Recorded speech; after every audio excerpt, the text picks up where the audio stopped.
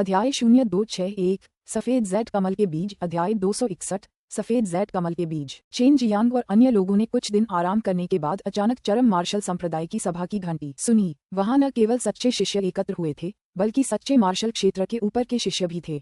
चरम मार्शल संप्रदाय के रहस्यमय क्षेत्र के अंदर एक बड़े प्रांगण में लगभग 100 लोग इकट्ठा हुए हैं। गु डोंगचेन ने पहले चेन जियांग और अन्य लोगों की बहादुरी की प्रशंसा की, फिर उन्हें व्यक्तिगत रूप से पुरस्कार दिए। ये सबसे रोमांचक क्षण भी था, खासकर झू रोंग के लिए। 10 लाख क्रिस्टल पत्थर, 500 सच्चे तत्वदान, कांसे के शिष्य और चांदी के योद्धा पदक, साथ ही बिना किसी मूल्यांकन के राजा के मार्शल प्रांगण में सीधा प्रवेश। इससे कई देखने वाले शिष्य बेहद ईर्ष्यालु हो गए। गु डोंगचेन ने भी जानबूझकर इन शिष्यों को बुलाया, निर्दयतापूर्वक उन्हें ईर्ष्यालु बनाया और उन्हें पछतावा महसूस कराया। सभा समाप्त होने के बाद वू काइमिंग और गु डोंगचेन चेन जियांग के साथ एक निजी कमरे में प्रवेश कर गए। युवा मार्शल अंकल, इस बार आपने मेरे दिल को बहुत ज्यादा घायल कर दिया।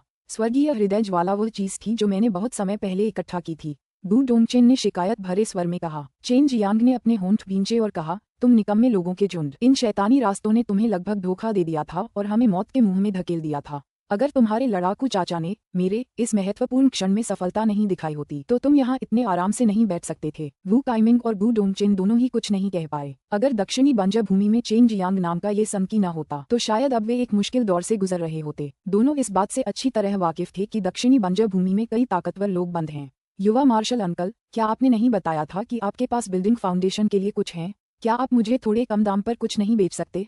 गु डोंगचेन ने पूछा। चेन जियांग ने अपना सिर ऊंचा उठाने से पहले मुंह बनाया। एक भी क्रिस्टल पत्थर कम नहीं। एक के लिए 5 लाख, खरीदे या नहीं, मुझे परवाह नहीं।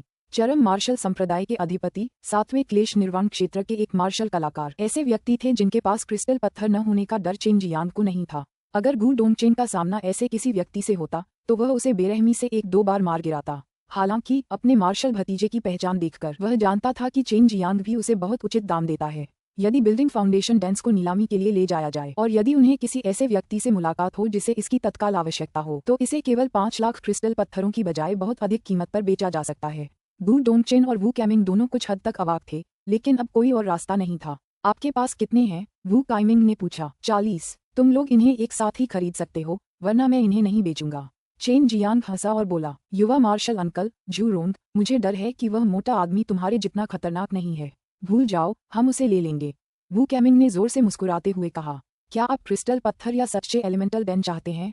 गु डोंगचेन ने पूछा। ट्रू एलिमेंटल डेंस, क्योंकि कुछ नीलामी घर केवल ट्रू एलिमेंटल डेंस को ही स्वीकार करते हैं, इसलिए जब तक वह उनमें प्रवेश करता उसे ट्रू एलिमेंटल डेंस के लिए एक्सचेंज करना पड़ता और यह निश्चित रूप से बहुत परेशानी भरा होता।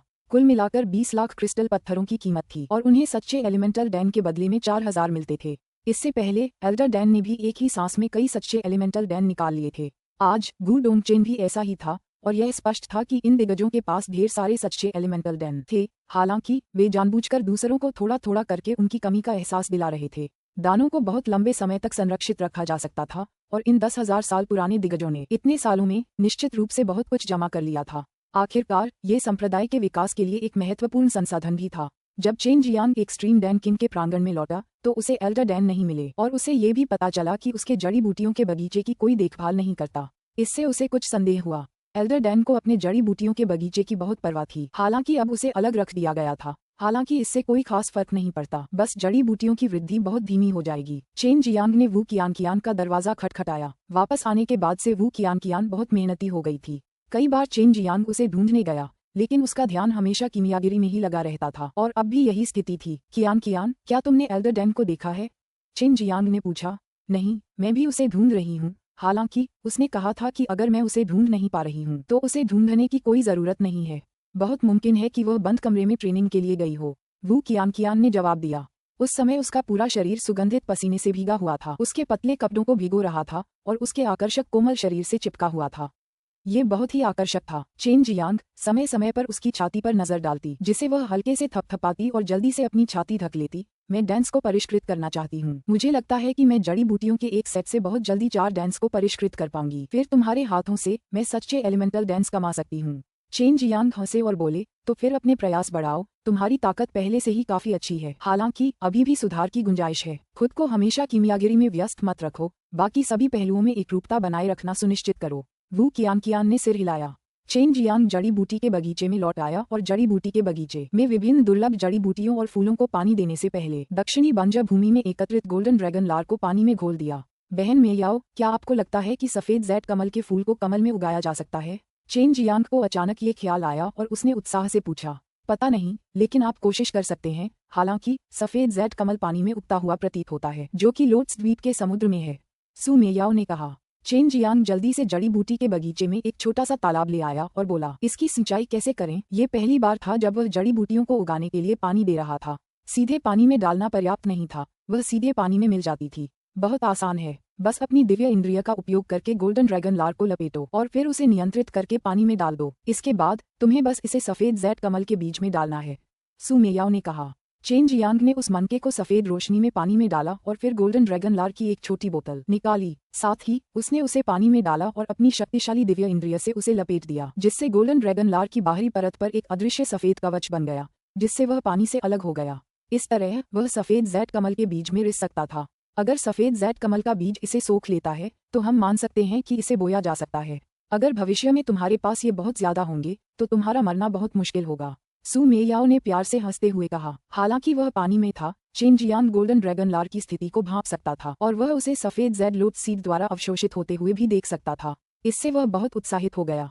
हालांकि हेल स्पिरिट ग्रास एक पवित्र उपचार जड़ी बूटी थी, फिर भी उसे रोपने के लिए उपयुक्त नहीं थी, क्योंकि इसके लिए डेथ क्यूई की आवश्यकता होती थी, जबकि व्हाइट जैड लोट सीड का प्रभाव हिल स्पिरिट ग्रास से कुछ बेहतर था और यह भी कि उसे रोपा भी जा सकता था। इस तरह भले ही उसने अपनी सारी हिल स्पिरिट ग्रास का पूरी तरह से उपयोग कर लिया हो, फिर भी उसे पवित्र उपचार जड़ी बूटियों की चिंता करने की जरूरत नहीं थी। चेन जियांग के पास अब 100 बिल्डिंग फाउंडेशन डैन भी थे, लेकिन उस समय वह अभी भी नहीं जानता था कि उनका इस्तेमाल कैसे किया जाए। उसे अभी तक पालन पोषण के लिए उपयुक्त दान नहीं मिले थे और यून शियादाओ और बाकी लोग पहले ही बहुत ज्यादा खा चुके थे। ज्यादा खाने से फायदे से ज्यादा नुकसान होता और इससे उनकी नींव भी अस्थिर हो जाती। जहां तक उसकी बात है, अगर वह उन्हें लेता तो कोई खास असर नहीं होता और वे बस बर्बाद हो जाते। लगता है मुझे दिव्य अस्त्र स्वर्गीय साम्राज्य जाकर सिस्टर मैंगर को ढूंढना होगा और उसे थोड़ा सा बेचना होगा। चेन जियांग ने सोचा कि वह लियू मैंगर को बेरहमी से थोड़ा धोखा दे सकता है और मन ही मन उसे यह अच्छा भी लगा। वह न केवल लियू मैंगर को ढूंढने की योजना बना रहा था, बल्कि वह डनशियांग ताओयुआन जाने की भी योजना बना रहा था। हालांकि वह पहले ये देखना चाहता था कि सफेद जैड कमल का बीज बोया जा सकता है या नहीं। फिलहाल यह अभी भी तय नहीं हो सका था। वर्तमान में वह ये भी निश्चित नहीं था कि श्वेत जैड कमल बीज में कब कोई गतिविधि होगी। इसके अलावा उसने गोल्डन ड्रैगन लार का पर्याप्त उपयोग किया था और उसके पास अभी भी कुछ एकत्रित गोल्डन ड्रैगन लार बची हुई थी। उन गहरे नीले पेड़ों को देखकर चेन जियांग ने उन्हें पहले न पकाने का फैसला किया। उसे इस समय भवन निर्माण के लिए आवश्यक दानों की जरूरत नहीं थी और तो और उसके पास दानों की भी कमी थी, जिससे वह अपनी साधना को थोड़ा और तेजी से सुधार सकता था। उदाहरण के लिए 5 तत्वों के सच्चे तत्वदान। अब भी वह सामग्री इकट्ठा कर रहा था और उसे यकीन था कि सभी सामग्री इकट्ठा करने में उसे ज्यादा समय नहीं लगेगा। उस समय तक, जब तक उसके पास एक मजबूत आधार होगा, वह तुरंत सुधार कर सकता था। अध्याय 0262 लापता प्रतिभा। अध्याय 262 लापता प्रतिभा। चरम मार्शल संप्रदाय के रहस्यमय क्षेत्र में राजा मार्शल प्रांगण हालांकि छोटा था, यून शियादाओ और अन्य लोग निराश नहीं हुए, बल्कि वे उत्साहित थे। उनके विचार से इस राजा मार्शल प्रांगण में प्रवेश करना एक सम्मान की बात थी। चेन जियांग और बाकी 10 लोग यहाँ इकट्ठे हुए थे। आते ही उसने यून शियादाओ और झू रोंग को अपनी छाती पर 2 छोटे छोटे पदक पहने देखा, जो उनके कांस्य शिष्य और रजत योद्धा होने का स्पष्ट प्रमाण था। चेन जियांग अपनी हंसी रोक नहीं पाया। लगता है सिर्फ तुम दोनों ही हाई प्रोफाइल हो सकते हो। जैसे ही उसने दूसरों पर नजर डाली, उसे पता चला कि बाकी लोग उनसे अलग थे। दक्षिणी बंजर भूमि में जी जान से मेहनत करने के बाद हमें यही मिला है और यही हमारा सम्मान है। यूं शियादाओ ने ऐसे जवाब दिया जैसे उसे इसकी बिल्कुल भी परवाह नहीं है और उसने अपनी छाती पर वार कर दिया। झू रोंग ने भी गर्व से कहा, जब मेरे पास ये 2 पदक थे तो रास्ते में बाकी लोगों ने मेरी तरफ अलग अलग आंखों से देखा। चेन जियांग ने सिर हिलाया और मुस्कुराया, जब तुम्हें सोने का बना हुआ पदक मिल जाए तो फिर से दिखावा करना। एक नजर में ही सबको पता चल जाएगा कि तुम लोग आलसी हो। अगर कोई नियमित रूप से साधना करने वाला होता तो वह इसे पहले ही फेंक चुका होता। यून शियादाओ ने एक घुराघुराहट भरी और कहा, क्या मैं इसे राजा मार्शल प्रांगण के पहले दिन नहीं पहन सकता? इसी समय गु डोंगचेन आ पहुंचा। वह राजा के सैन्य प्रांगण का प्रमुख था और चेन जियांग और अन्य लोगों को अभी भी यह नहीं पता था कि इस प्रांगण में ऐसा क्या खास है। चेन जियांग की नजर में डीन द्वारा उन्हें व्यक्तिगत रूप से सैन्य कौशल सिखाना कोई बड़ी बात नहीं थी, लेकिन अन्य शिष्यों के लिए यह एक तरह का विशेष व्यवहार था। दक्षिणी बंजर भूमि पर जाने से पहले सभी को गु डोंगचेन ने प्रशिक्षित किया था। अब उन्हें किसी औपचारिकता की जरूरत महसूस नहीं होती थी, मानो कोई छोटा अपने बड़े का सामना कर रहा हो। वे बेफिक्री से बात कर सकते थे और मुस्कुरा सकते थे। 3 महीने के विशेष प्रशिक्षण के दौरान हमारे ज्येष्ठ प्रांगण ने आपकी शक्तियों और कमजोरियों का विश्लेषण किया है। अब मैं इस पहलू के अनुसार आपकी साधना की व्यवस्था करूंगा और आपको युद्ध कौशल सिखाऊंगा। गु डोंगचेन ने कहा। सभी अचानक दिलों में रोमांचित हो गए। पहले 3 महीने का विशेष प्रशिक्षण उन्हें दक्षिणी बंजर भूमि में जीवित रहने के लिए दिया गया था और उस समय वे कमोबेश इस बात को लेकर चिंतित थे कि वे वापस आ पाएंगे या नहीं। लेकिन अब वे कम से कम 3 साल के लिए राजा के मार्शल प्रांगण में थे और उन्हें स्वयं गु डोंगचेन से मार्गदर्शन भी मिल सकता था। यहाँ 3 कीमियागर हैं और आपकी कीमियागिरी पर असर न पड़े, इसके लिए मैंने आप सभी के लिए एक बेहतर व्यवस्था की है। गु डोंगचेन ने चेन जियांग की ओर देखा और हल्के से मुस्कुराते हुए कहा, चेन जियांग, अब तुम बाकी 9 से कहीं ज्यादा ताकतवर हो। मेरे पास भी ज्यादा समय नहीं है, इसलिए तुम्हें अपना समय कुर्बान करना होगा। मैं व्यक्तिगत रूप से तुम्हारा मार्गदर्शन नहीं करूंगा। जो समय बचेगा वह दूसरे शिष्यों पर खर्च होगा। चेन जियांग ने कंधे उचका दिए और उसके चेहरे पर इससे उसका कोई लेना देना नहीं था वाला भाव उभर आया। उसके गुरु हुआंग जिनतियन थे और उन्हें मिली विरासत देखकर गु डोंगचेन को पहले से ही ईर्ष्या हो रही थी। इसके अलावा गु डोंगचेन के पास वास्तव में उसे राह दिखाने वाला कुछ भी नहीं था। गु डोंगचेन ने कुछ साधना के बारे में बात करना शुरू किया, लेकिन चेन जियांग को इसमें कोई दिलचस्पी नहीं थी। जम्हाई लेने के बाद वह तुरंत चला गया, जिससे युन शियादाओ और अन्य लोगों को थोड़ा अफसोस हुआ, क्योंकि चेन जियांग गु डोंगचेन का मार्गदर्शन प्राप्त नहीं कर सका। चेन जियांग चरम मार्शल संप्रदाय के रहस्यमय क्षेत्र से बाहर चला गया। वह जानता था कि भविष्य में वह शायद ही कभी युन शियादाओ और अन्य लोगों से मिल पाएगा। कुछ समय पहले उसने गु डोंगचेन की कुछ योजनाओं के बारे में सुना था और मन ही मन हंस रहा था, खासकर झू रोंग के लिए। झू रोंग का समय बहुत व्यस्त था और यह निश्चित रूप से बेहद कठिन होगा। हर दिन एक स्ट्रीम डैन किंग के प्रांगण में रहने से उसे ऊब होने लगी थी। वह मार्शल प्रांगणों में एक एक करके घूमता रहा, फिर भी उसे कोई अच्छा पौधा नहीं मिला। तुम लोग यहाँ क्या कर रहे हो? जल्दी से जाकर नामांकन कराओ। एक आदमी सड़क पर चल रहे लोगों के एक समूह पर चिल्लाया। किस लिए नामांकन करना है? एक आदमी ने कुछ उलझन में पूछा। क्या तुम्हें पता नहीं, 30 साल पहले 3 नाड़ियों वाला लापता प्रतिभाशाली व्यक्ति वापस आ गया है और वह सच्चे मार्शल क्षेत्र के 7वें स्तर तक पहुंच गया है। अब वह कुछ लोगों को अपने साथ जोड़कर कुछ अनुभव प्राप्त करना चाहता है, लेकिन पहले उन लोगों को उसका मूल्यांकन करना होगा। उस आदमी ने जवाब दिया। समूह में सभी लोग बूढ़े थे और वे जानते थे कि वह लापता व्यक्ति कौन है।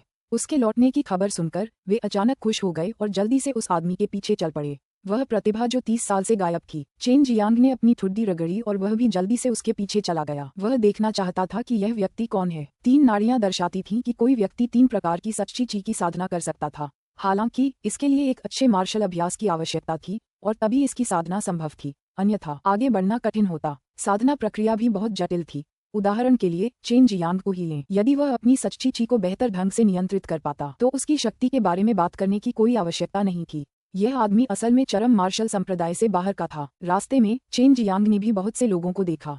खबर सुनकर वे सभी भागे भागे आए, क्योंकि अगर उनका चयन हो जाता तो उन्हें ढेर सारे दान मिलते और यह बहुत आकर्षक था। बड़े भाई, क्या आप भी जा रहे हैं? चेन जियांग नामक एक व्यक्ति ने, जो सबके पीछे पीछे आ रहा था, ये देखकर तुरंत पूछा। चेन जियांग ने अपना सिर हिलाया और हंसते हुए कहा, मजे में शामिल होने जा रहा हूँ। उस आदमी ने जवाब दिया, तुम्हें वहाँ नहीं जाना चाहिए। यह आदमी एल्डर लू का शिष्य है। वह लू परिवार का एक उच्च स्तरीय पालक पुत्र भी है। चेन जियांग ने भौहें चढ़ाईं। लू परिवार बहुत पहले ही चरम मार्शल प्रांत छोड़कर पलायन कर चुका था। चरम मार्शल संप्रदाय के उच्च स्तरीय लोग भी जानते थे कि लू परिवार शैतानी रास्ते से जुड़ा है। हालांकि कोई सबूत नहीं था, इसलिए वे कुछ नहीं कर सकते थे। लू परिवार चरम मार्शल संप्रदाय के लिए कोई खतरा नहीं था, इसलिए चरम मार्शल संप्रदाय ने भी उसे अलग कर दिया। इसके अलावा चरम मार्शल संप्रदाय में लू परिवार का कोई महत्वपूर्ण व्यक्ति नहीं था। कोई बात नहीं, मैंने उसे नाराज नहीं किया। और लू परिवार ने मेरे साथ कुछ किया है, ये कौन नहीं जानता। मैंने तो बस वही किया जो एक आम इंसान करता। चेन जियांग ने होंठ भींचे और कहा। हालांकि उसने ऐसा कहा था, लेकिन उसने उस आदमी के लिए पहले से ही कुछ तैयारी कर रखी थी।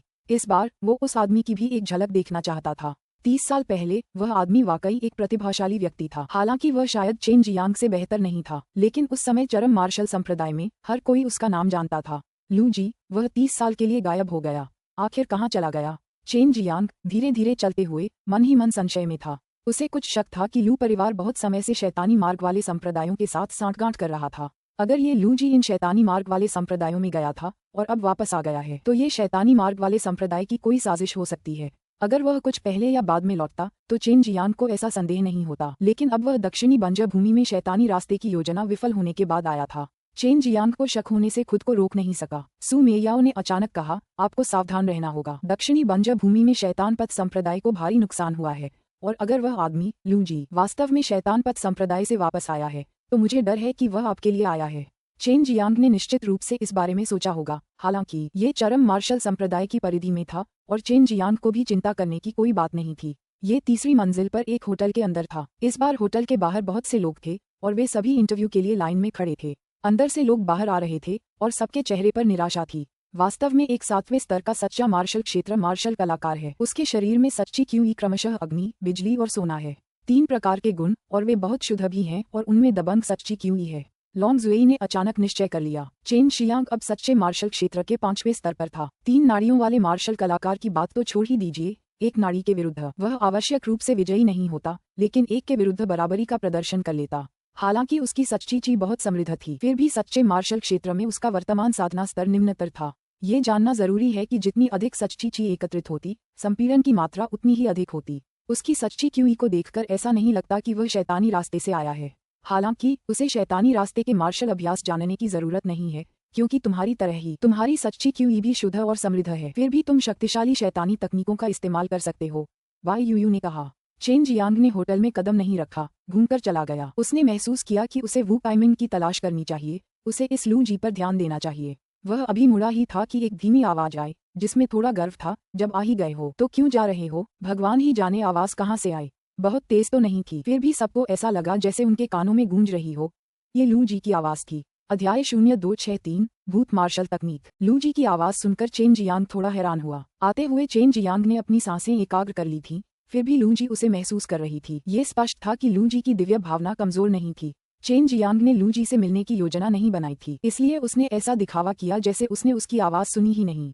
चेन जियांग यूं ही चलता रहा, लेकिन कुछ ही देर बाद ऊपर से उसे खिड़की खुलने की आवाज सुनाई दी और फिर एक आदमी होटल की 3री मंजिल से नीचे कूदकर उसके सामने आ खड़ा हुआ। लू जी ने एक शानदार सफेद लबादा पहना हुआ था और एक पंखा पकड़े हुए थे। तलवार जैसी भौहों, लंबी आंखों और गोरे रंग के साथ वह बेहद खूबसूरत लग रहे थे। इस समय वह चेन जियांग को परख रहे थे। क्या ये तुम ही थे जिन्होंने मेरे स्वामी को मारा था? लू जी ने उपेक्षापूर्वक पूछा। उसकी आंखों के भाव से क्रोध का एक कतरा भी नहीं देखा जा सकता था। इससे चेन जियांग को अजीब लगा। शुरुआत में प्रवेश द्वार पर बहुत से लोग खड़े थे और सभी चेन जियांग और लू जी को पहचानते थे। कई लोगों की राय में लू जी चेन जियांग से कुछ ज्यादा ही ताकतवर होनी चाहिए। हालांकि चेन जियांग के हाथों लू जी की मौत सबको पता थी और लू जी का चेन जियांग से नफरत करना भी स्वाभाविक था। लेकिन अब लू जी को इतना उदासीन देखकर सभी को अजीब लगा। चेन जियांग ने जवाब दिया, हाँ, मैंने उसे मार डाला। लू जी ने हल्के से मुस्कुराते हुए कहा, मेरे गुरु हमेशा से मेरे निशाने पर रहे हैं और मेरे शिक्षक को आपने मार डाला था, इसलिए अब आप मेरे निशाने पर हैं। क्या आप मुझसे मुकाबला करने की हिम्मत रखते हैं? दूसरा पक्ष सच्चे मार्शल क्षेत्र के 7वें स्तर पर था, चेन जियांग से 2 स्तर ऊपर। चेन जियांग इस तरह की बेवकूफी भरी बात नहीं करेगा, क्योंकि अगर उसने नीला ड्रैगन वध करने वाला शैतानी ब्लेड इस्तेमाल नहीं किया तो वह बहुत कमजोर हो जाएगा, और इसके अलावा वह अभी अभी सच्चे मार्शल क्षेत्र के 5वें स्तर पर पहुंचा था और उसे अभी अपनी वर्तमान क्षमता से पूरी तरह परिचित होना बाकी था। कोई दिलचस्पी नहीं, चेन जियांग ने जवाब दिया। ये शब्द निकलते ही लू जी का चेहरा तुरंत बदल गया और वो काफी ठंडी हो गई। चेन जियांग को लगा कि कुछ गड़बड़ है। जैसे ही उसे इस तरह का एहसास हुआ, उसे एक खतरनाक एहसास ने घेर लिया। सावधान, लॉन्ग जुएई ने प्यार से चिल्लाया, लेकिन बहुत देर हो चुकी थी। चेन जियांग को बस एक शक्ति का अपने डेंटियन पर जोरदार प्रहार महसूस हुआ, जिससे उसका शरीर मानो लाखों जिन शक्ति से ग्रस्त हो गया हो। हालांकि उसके पास बचने का समय नहीं था। उसके शरीर के भीतर की सच्ची क्यूई स्वतः ही सक्रिय हो गई और अधिकांश शक्ति का प्रतिरोध उसकी त्वचा के नीचे छिपे काले कछुए के एडामेंटाइल कवच ने कर दिया। चेन जियांग अचानक आई शक्ति के प्रभाव से 2 कदम पीछे हट गया। उसके मुंह के कोनों से धीरे धीरे खून की एक धार बह निकली और जमीन पर टपकने लगी। उस क्षण उसके 5 झांग और 6 फूंक सब टूट गए। अभी कुछ देर पहले ही उसे लगा था कि उसके शरीर के भीतर की हर चीज पर दबाव पड़ रहा है, मानो उसे कुचला जा रहा हो। पलक झपकते ही वह गंभीर रूप से घायल हो गया। उसके डेंटियन में मौजूद ट्रू क्यूई को सक्रिय करना मुश्किल था, क्योंकि उसकी ज्यादातर मेरिडियन क्षतिग्रस्त हो चुकी थी। अगर वह ट्रू क्यूई का जबरदस्ती इस्तेमाल करता तो उसकी मेरिडियन को और भी ज्यादा नुकसान पहुंचता। चेन जियांग ने अपनी मुट्ठी भींच ली। उसकी नजर अभी कुछ धुंधली थी, पर धीरे धीरे ठीक हो गई। अब उसका चेहरा कुछ पीला पड़ गया था, पर गुस्से से भरा हुआ था। तुम्हें क्या हुआ है? लू जी ने पूछा। चेन जियांग का पूरा शरीर कांप उठा। उसने देखा कि लू जी हाथ में पंखा लिए वहीं खड़ा था, फिर भी उसने इतना जोरदार वार किया, जरा सी भी आभा बाहर नहीं निकली। आसपास के लोग भी चेन जियांग को अजीब नजरों से देख रहे थे। उन्होंने कुछ देर पहले ही चेन जियांग को 2 कदम पीछे हटते देखा था और फिर अचानक उसके मुंह से खून बहने लगा। लू जी, मैं तुम्हें नहीं छोड़ूंगा। चेन जियांग ने अपने मुंह के कोनों पर लगे खून के निशान पोंछे, फिर भावशून्य भाव से बोला। बहुत शांत लग रहा था। अगर वह खुद इतना सक्षम न होता तो शायद एक पल पहले ही अपंग हो गया होता। लू जी की हालत थोड़ी भारी हो गई थी। अब क्या तुम मुझसे प्रतिस्पर्धा करना चाहते हो? लू जी एक बार फिर हल्के से मुस्कुराया। उसकी मुस्कान काफी चालाक थी। चेन जियांग जानता था कि लू जी ने उस पर हमला करने के लिए जरूर कोई शक्तिशाली तरीका अपनाया होगा। हालांकि ये दूसरों को दिखाई नहीं दिया। उसने खुद भी कुछ नहीं देखा था और वह जानता था कि इस तरह का हमला निश्चित रूप से भयानक था। नहीं, मैं तुम्हें मार डालूंगा, चेन जियांग ने ठंडे स्वर में कहा। वह 2 कदम भी नहीं चला था कि उसे बिजली जैसी लात लगी, जिससे उसके घुटनों पर चोट लगी और वह एक घुटने पर झुक गया। सब लोग एकदम से चौंक गए। सब लोग एकदम से पीछे हट गए क्योंकि उन्हें एहसास हुआ कि जरूर कुछ देर पहले कुछ हुआ होगा जिसकी वजह से चेन जियांग ने ये बेरहम शब्द कहे। लू जी का चेहरा पूरी तरह से ठंडा पड़ गया। एक्सट्रीम मार्शल सेक्ट का सबसे युवा विशेषज्ञ, अच्छा प्रतिष्ठित नाम। अब मैं तुम्हें घुटने टेकने पर मजबूर करना चाहता हूँ। मैं देखना चाहता हूँ कि तुम्हारी क्षमता क्या है। सच में मुझे तुम्हारे चेहरे से ही नफरत है। मुझे तुम्हारी प्रसिद्धि से जलन हो रही है। मैं तुम्हें नष्ट करना चाहता हूँ। मैं अपनी ताकत का इस्तेमाल करके साबित करूंगा कि मैं तुमसे ज्यादा ताकतवर हूँ। बोलते हुए लू जी ने चेन जियांग के बाल पकड़ लिए, जबकि उसका पैर चेन जियांग के दूसरे घुटने पर था। उसका इरादा चेन जियांग को दोनों पैरों पर घुटनों के बल बैठाने का था। चेन जियांग पूरी तरह से गुस्से में था। उसे उम्मीद नहीं थी कि लू जी के विचार इतने असामान्य होंगे। चेन जियांग का हाथ अचानक अतुलनीय रूप से उग्र हो गया। ये लॉन्ग जुएई द्वारा उसे दी गई शक्ति थी। वह भी चुपचाप खड़ी होकर नहीं देख सकती थी। घुटने टेक दो। लू जी ने अपना पैर उठाया और गंभीर स्वर में चिल्लाया। उसने चेन जियांग के दूसरे घुटने पर जोर से लात मारी। उसके हिसाब से चेन जियांग पहले से ही बुरी तरह घायल था और अब और विरोध नहीं कर सकता था। चेन जियांग का गुस्सा उबलने की हद तक पहुंच गया था। उसका चेहरा लाल हो गया जब चौंकाने वाली स्लॉटर क्यूई होटल के प्रवेश द्वार पर भारी संख्या में प्रकट हुई, जिससे कई राहगीरों के रोंगटे खड़े हो गए। इस पल उन्हें ऐसा लग रहा था जैसे वे नर्क में हों। उन्हें लग रहा था कि स्लॉटर क्यूई किसी भी क्षण उनकी जान ले सकती है। चेन जियांग ने बहुत से जीवों को मारा था। उसने जितने दुष्ट जीवों को मारा था उनकी गिनती करना मुश्किल था। इसलिए उसने जो स्लॉटर क्यू इकट्ठा किया था उससे उन डीन भी शर्मिंदा हो सकते थे। लू जी इस पल थोड़ा हैरान हुआ और चेन जियांग को निराशा से घूरने लगा। एक घुटने पर बैठे चेन जियांग ने दहाड़ लगाए। ये दहाड़ किसी अजगर की दहाड़ जैसी क्रोध से भरी थी, जिससे पूरा होटल उसकी शक्ति से थोड़ा हिल गया। ये दहाड़ हर जगह गूंज उठी और बेहद भयानक थी। उसी समय उसने वह भयंकर दहाड़ लगाई। चेन जियांग ने अपनी मुट्ठी वज्र की तरह मारी और वह बेरहमी से और तेजी से लू जी के दोनों पैरों के बीच के एकमात्र दिखाई देने वाले हिस्से पर पड़ी। उस पागल मुट्ठी की ताकत अचानक लू जी के शरीर में उमड़ पड़ी और वह उसे सहन नहीं कर सका और उसने जोर से मुंह में खून उगल दिया। उस भयानक ताकत के लू जी के शरीर में प्रवेश करने के बाद तेज हवाओं के साथ उसके शरीर से लहरें भी फूट पड़ीं। पल भर में लू जी जिस जगह खड़ी थी वह पूरी तरह से तहस नहस हो गई। दोनों हाथों से अपनी टांगों के बीच की जगह को ढंकते हुए लू जी कांप उठा और कुछ कदम पीछे हट गया। उसका रंग पीला पड़ गया, लेकिन उसके चेहरे पर सदमे का भाव साफ दिखाई दे रहा था। उसे खुद भी चेन जियांग की मुट्ठी में कुछ पल पहले दिखाई गई ताकत का एहसास नहीं था। या तो जल्दी से बाहर निकल जाओ या चरम मार्शल संप्रदाय में बने रहो। जो कोई भी मेरा अपमान करेगा उसे मरना होगा। चेन जियांग की आवाज नफरत से भरी थी। उसकी आवाज ब्लेड की तरह तेज थी, जिससे आसपास मौजूद सभी लोगों में डर बैठ गया। चेन जियांग तेजी से आगे बढ़ा। हालांकि लॉन्ग जुएई की शक्ति अभी भी मौजूद थी, वह उसका इस्तेमाल नहीं कर सकता था। उसके शरीर पर गंभीर चोटें लगी थीं, फिर भी उसने लॉन्ग जुएई की अपार शक्ति का इस्तेमाल किया था और इससे उसका ठीक होना मुश्किल हो जाता। अगर उसे जरा सी भी ज्यादा चोट लगती तो वह अपंग हो जाता। कुछ देर पहले उस आदमी ने तुम्हें बहुत तेजी से मुक्का मारा था, और उसका वार इतना धीमा था कि जब मुझे पता चला तो तुम्हें पहले ही चोट लग चुकी थी। लॉन्ग जुएई ने कहा, इस तरह का मार्शल कौशल बहुत दुर्लभ है। क्या ये पौराणिक भूत मार्शल तकनीक है? सू मेयाओ ने संदेह से कहा। चेन जियांग चरमदान राजा के प्रांगण में लौट आया। उसने लू जी के पुरुषत्व पर बेरहमी से मुक्का मारा था, फिर भी उसे बस चोट लगी थी और कुछ नहीं। कुछ क्षण पहले उसकी मुट्ठी में जो ताकत थी वह बिल्कुल भी कमजोर नहीं थी, बल्कि ये देखा जा सकता था कि लू जी का बचाव भी मजबूत था।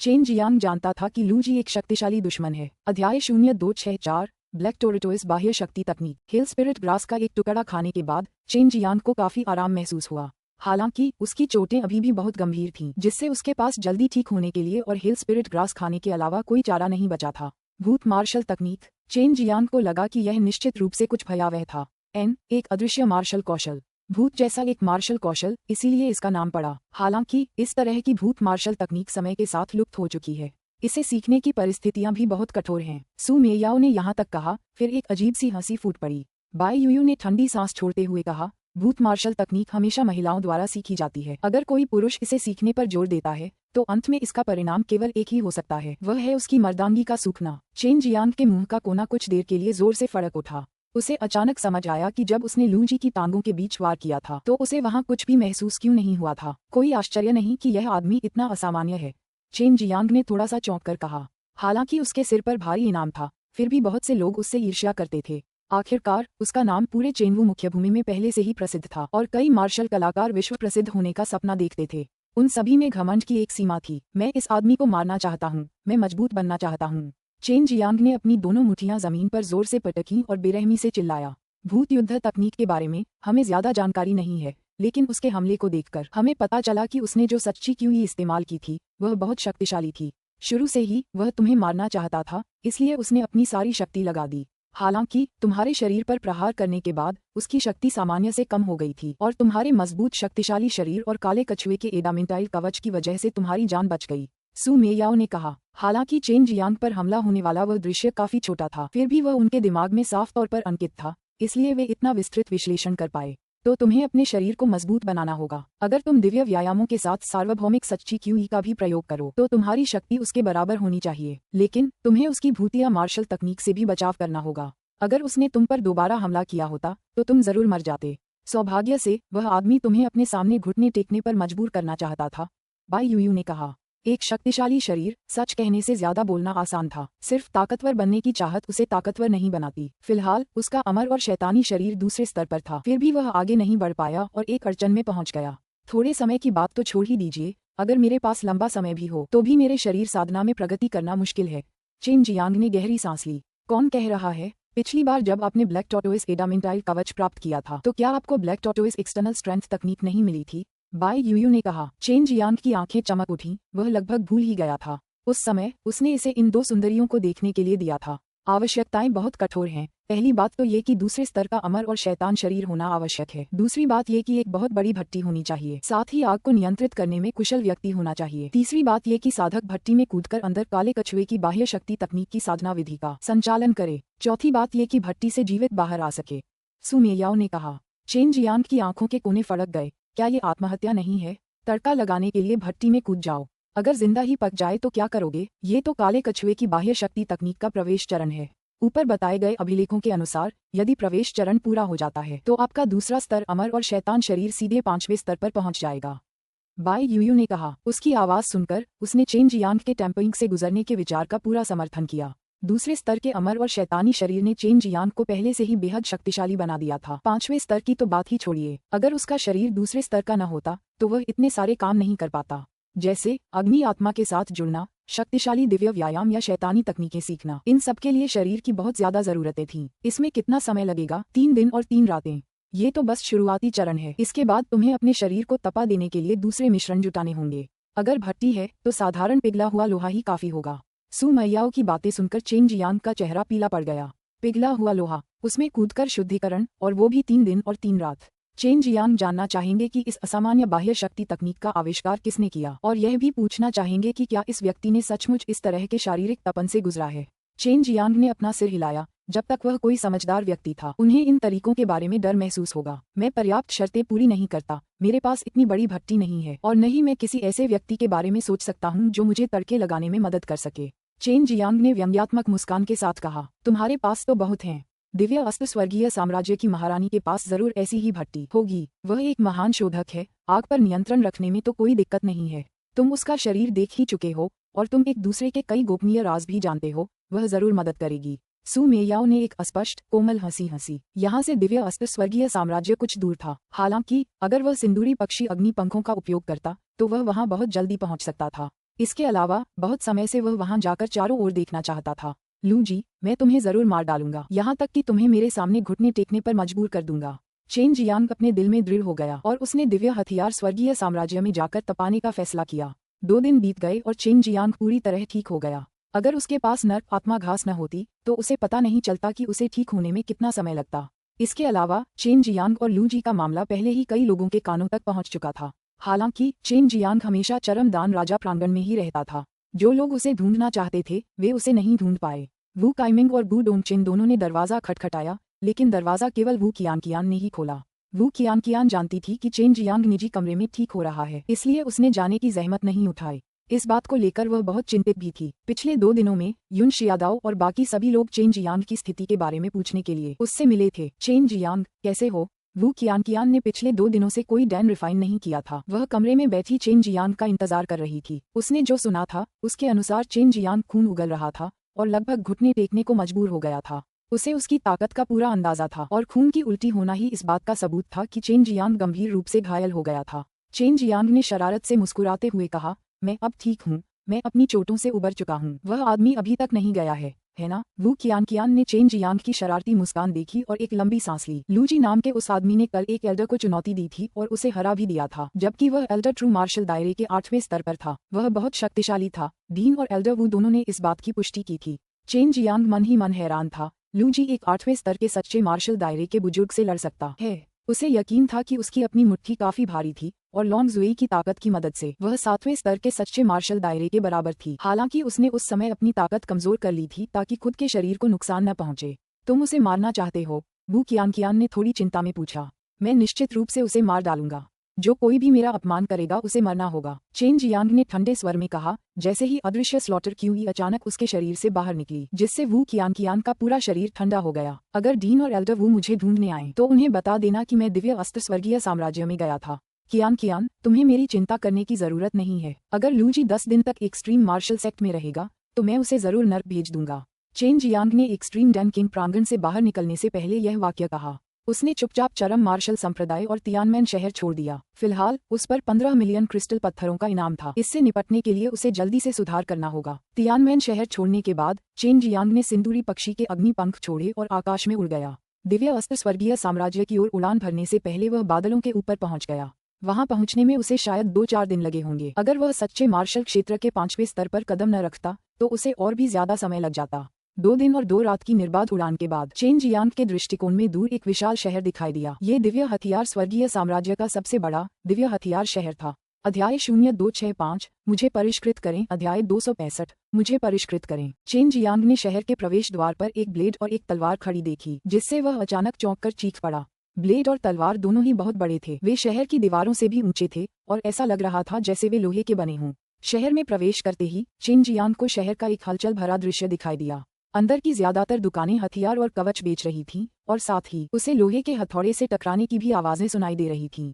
चूंकि उपकरणों को परिष्कृत करने के लिए आग की जरूरत होती है, इसलिए हर दुकान पर एक अलग तल पर शोधन की व्यवस्था थी। इससे पूरे शहर का तापमान बढ़ गया। यहाँ के नागरिक बहुत हटे कट्टे थे। सभी लंबे चौड़े, बलवान और जोशीले थे। लेकिन जाहिर है दूसरे प्रांतों से भी बहुत से लोग आए थे। उनमें से ज्यादातर यहाँ हथियार खरीदने आए थे या दूसरे प्रांतों में बेचने के लिए सामान लेने आए थे। शहर के पूर्व में दिव्य अस्त्र महल था जो लाल ऊंची दीवारों से घिरा हुआ था। ये चरम मार्शल संप्रदाय जैसा ही था और इसमें विभिन्न आकारों के कई प्रांगण थे। अतीत में ये दिव्य अस्त्र संप्रदाय दिव्य अस्त्र स्वर्गीय साम्राज्य का मुख्य संगठन हुआ करता था। अंदर न केवल शिष्य थे बल्कि कुछ अधिकारी भी थे जो दिव्य अस्त्र स्वर्गीय साम्राज्य के लिए विभिन्न कार्यों के लिए जिम्मेदार थे। जैसे ही चेन जियांग दिव्य हथियार महल के प्रवेश द्वार पर पहुंचा, वह रुक गया और लियू मेंगर द्वारा उसे दिया गया टोकन निकाल लिया। मैं आपकी महारानी से मिलना चाहता हूँ, चेन जियांग ने उपेक्षापूर्ण स्वर में कहा। वह यहाँ आसानी से पहुंच गया था क्योंकि रास्ते में उस पर किसी भी तरह का हमला नहीं हुआ था। पुआल की टोपी, चेहरे पर बड़ी दाढ़ी और एक आंख पर पट्टी बांधे होने के कारण दूसरों के लिए उसे पहचानना मुश्किल हो रहा था। मुख्य द्वार पर मौजूद पहरेदारों ने टोकन देखकर जरा भी लापरवाही बरतने की हिम्मत नहीं की और चेन जियांग के साथ जाने के लिए किसी का इंतजाम कर दिया। जहां तक उन्हें पता है, ये टोकन बहुत कम लोगों के पास हो सकता है। जरूरत पड़ने पर इस टोकन का इस्तेमाल दिव्य अस्त्र स्वर्गीय साम्राज्य की सेना को जुटाने के लिए किया जा सकता था। ये टोकन होना लियू मेंगर के साथ अच्छे संबंधों का सबूत भी था और यह उसके भरोसे का भी प्रतीक था। इन गार्डों को पता था कि जू जियांगसियन के पास भी एक था। यदि चेन जियांग दिव्य हथियार महल से परिचित होता तो वह उस टोकन के साथ भी घूम सकता था, लेकिन वर्तमान में उसे टोकन के अर्थ के बारे में भी पता नहीं था। चेन जियांग उस गार्ड का पीछा करते हुए एक के बाद एक आंगनों से होता हुआ अंततः एक बहुत ही दूरस्थ स्थान पर पहुंचा। सामने महारानी का निवास है। मैं वहां नहीं जा सकता, मेरी हिम्मत नहीं है कि मैं और पास जा सकूं। ये शब्द कहकर पहरेदार जल्दी से वहां से चला गया। सामने एक बहुत बड़ा आंगन था और चेन जियांग को अंदर एक छोटा सा पहाड़ भी दिखाई दे रहा था। साथ ही उसे अंदर से बाहर तक आती फूलों की खुशबू भी महसूस हो रही थी।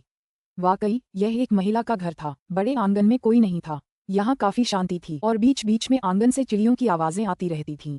चेन जियांग वहां आया। पहले तो उसने सीधे दीवार फांदकर कमरे में जाकर लियू मेंगर को एक सुखद सरप्राइज देने की योजना बनाई थी, लेकिन उसे अंदाजा नहीं था कि एक शक्तिशाली सेना उसे पीछे धकेल देगी। एक बहुत ही शक्तिशाली दल आंगन की रखवाली कर रहा था। कौन? आंगन के अंदर से एक नेक मगर ठंडी और खूबसूरत आवाज आए। यह मैं हूँ, चेन जियांग ने उदास स्वर में उत्तर दिया। दरवाजा अपने आप खुल गया।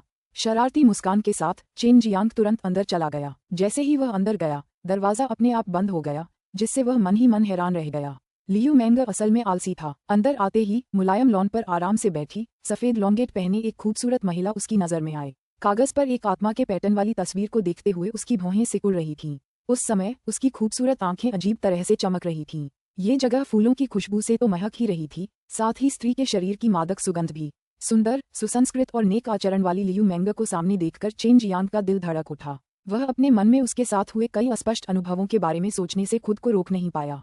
इससे उसके पेट के निचले हिस्से में अचानक गर्मी आ गई। हुन्फ, लियू मेंग ने हालांकि अभी तक चेन जियांग को नहीं देखा था, फिर भी चेन जियांग के शरीर में अजीबोगरीब तापमान परिवर्तन महसूस किया, जिससे उसे उल्टी आ गई। चेन जियांग, इस छोटे बदमाश के बारे में वह पहले से ही उसके व्यवहार की आदी हो चुकी थी। लियू मेंग उठे और चेन जियांग की ओर चल दिए। सुगंधित हवा का झोंका महसूस करते हुए चेन जियांग, जो स्तब्ध था, अचानक होश में आया और शरारती अंदाज में हंसते हुए बोला, बहन मेंग, मैं आपसे मिलने आया था। ठीक है, जियाशियान कहाँ है? क्या वह आपके साथ नहीं है? मैंने उसे आइसविंड वैली भेज दिया है। जियान और युलान दोनों की बनावट एक जैसी है, उसके लिए वहां जाना बहुत अच्छा है। लियू मेंग ने नाराजगी से चेन जियांग को घूरा। उसने अपनी बाहें कमर पर बांधकर एक हल्की सी खर्राट भरी और फिर पूछा, क्या बात है? जल्दी बोलो। उस चेहरे को देखते हुए जो अद्वितीय और जैड की तरह सुंदर था, चेन जियांग ने शरारत से हंसते हुए कहा, बहन मेंग, मैं वास्तव में आपसे और जियांगसियन से मिलने आया था और मैं आपकी मदद भी चाहता हूँ।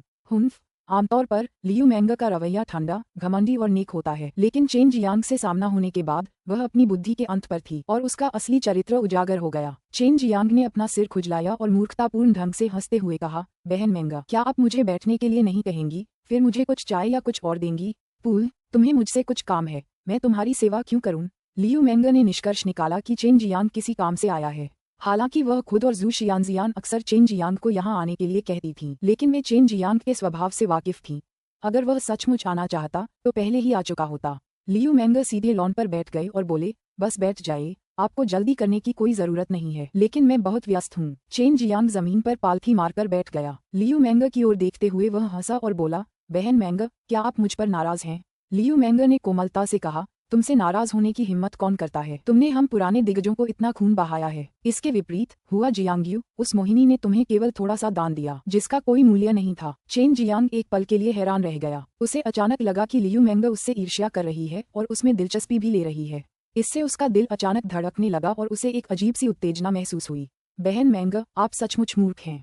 आप युलान और जियांगसियन को दक्षिणी बंजर भूमि में कैसे भेज सकती हैं? ये बहुत खतरनाक था, चेन जियांग ने दोषी ठहराते हुए कहा। जब चेन जियांग ने यह बात उठाई तो लियू मेंग को अचानक गुस्सा आ गया। उसने अपनी कोमल उंगली से चेन जियांग के माथे पर बेरहमी से वार किया, जिससे उसके खूबसूरत चेहरे पर दो कोमल लालिमा उभर आईं। ये सब तुम्हारी वजह से हुआ।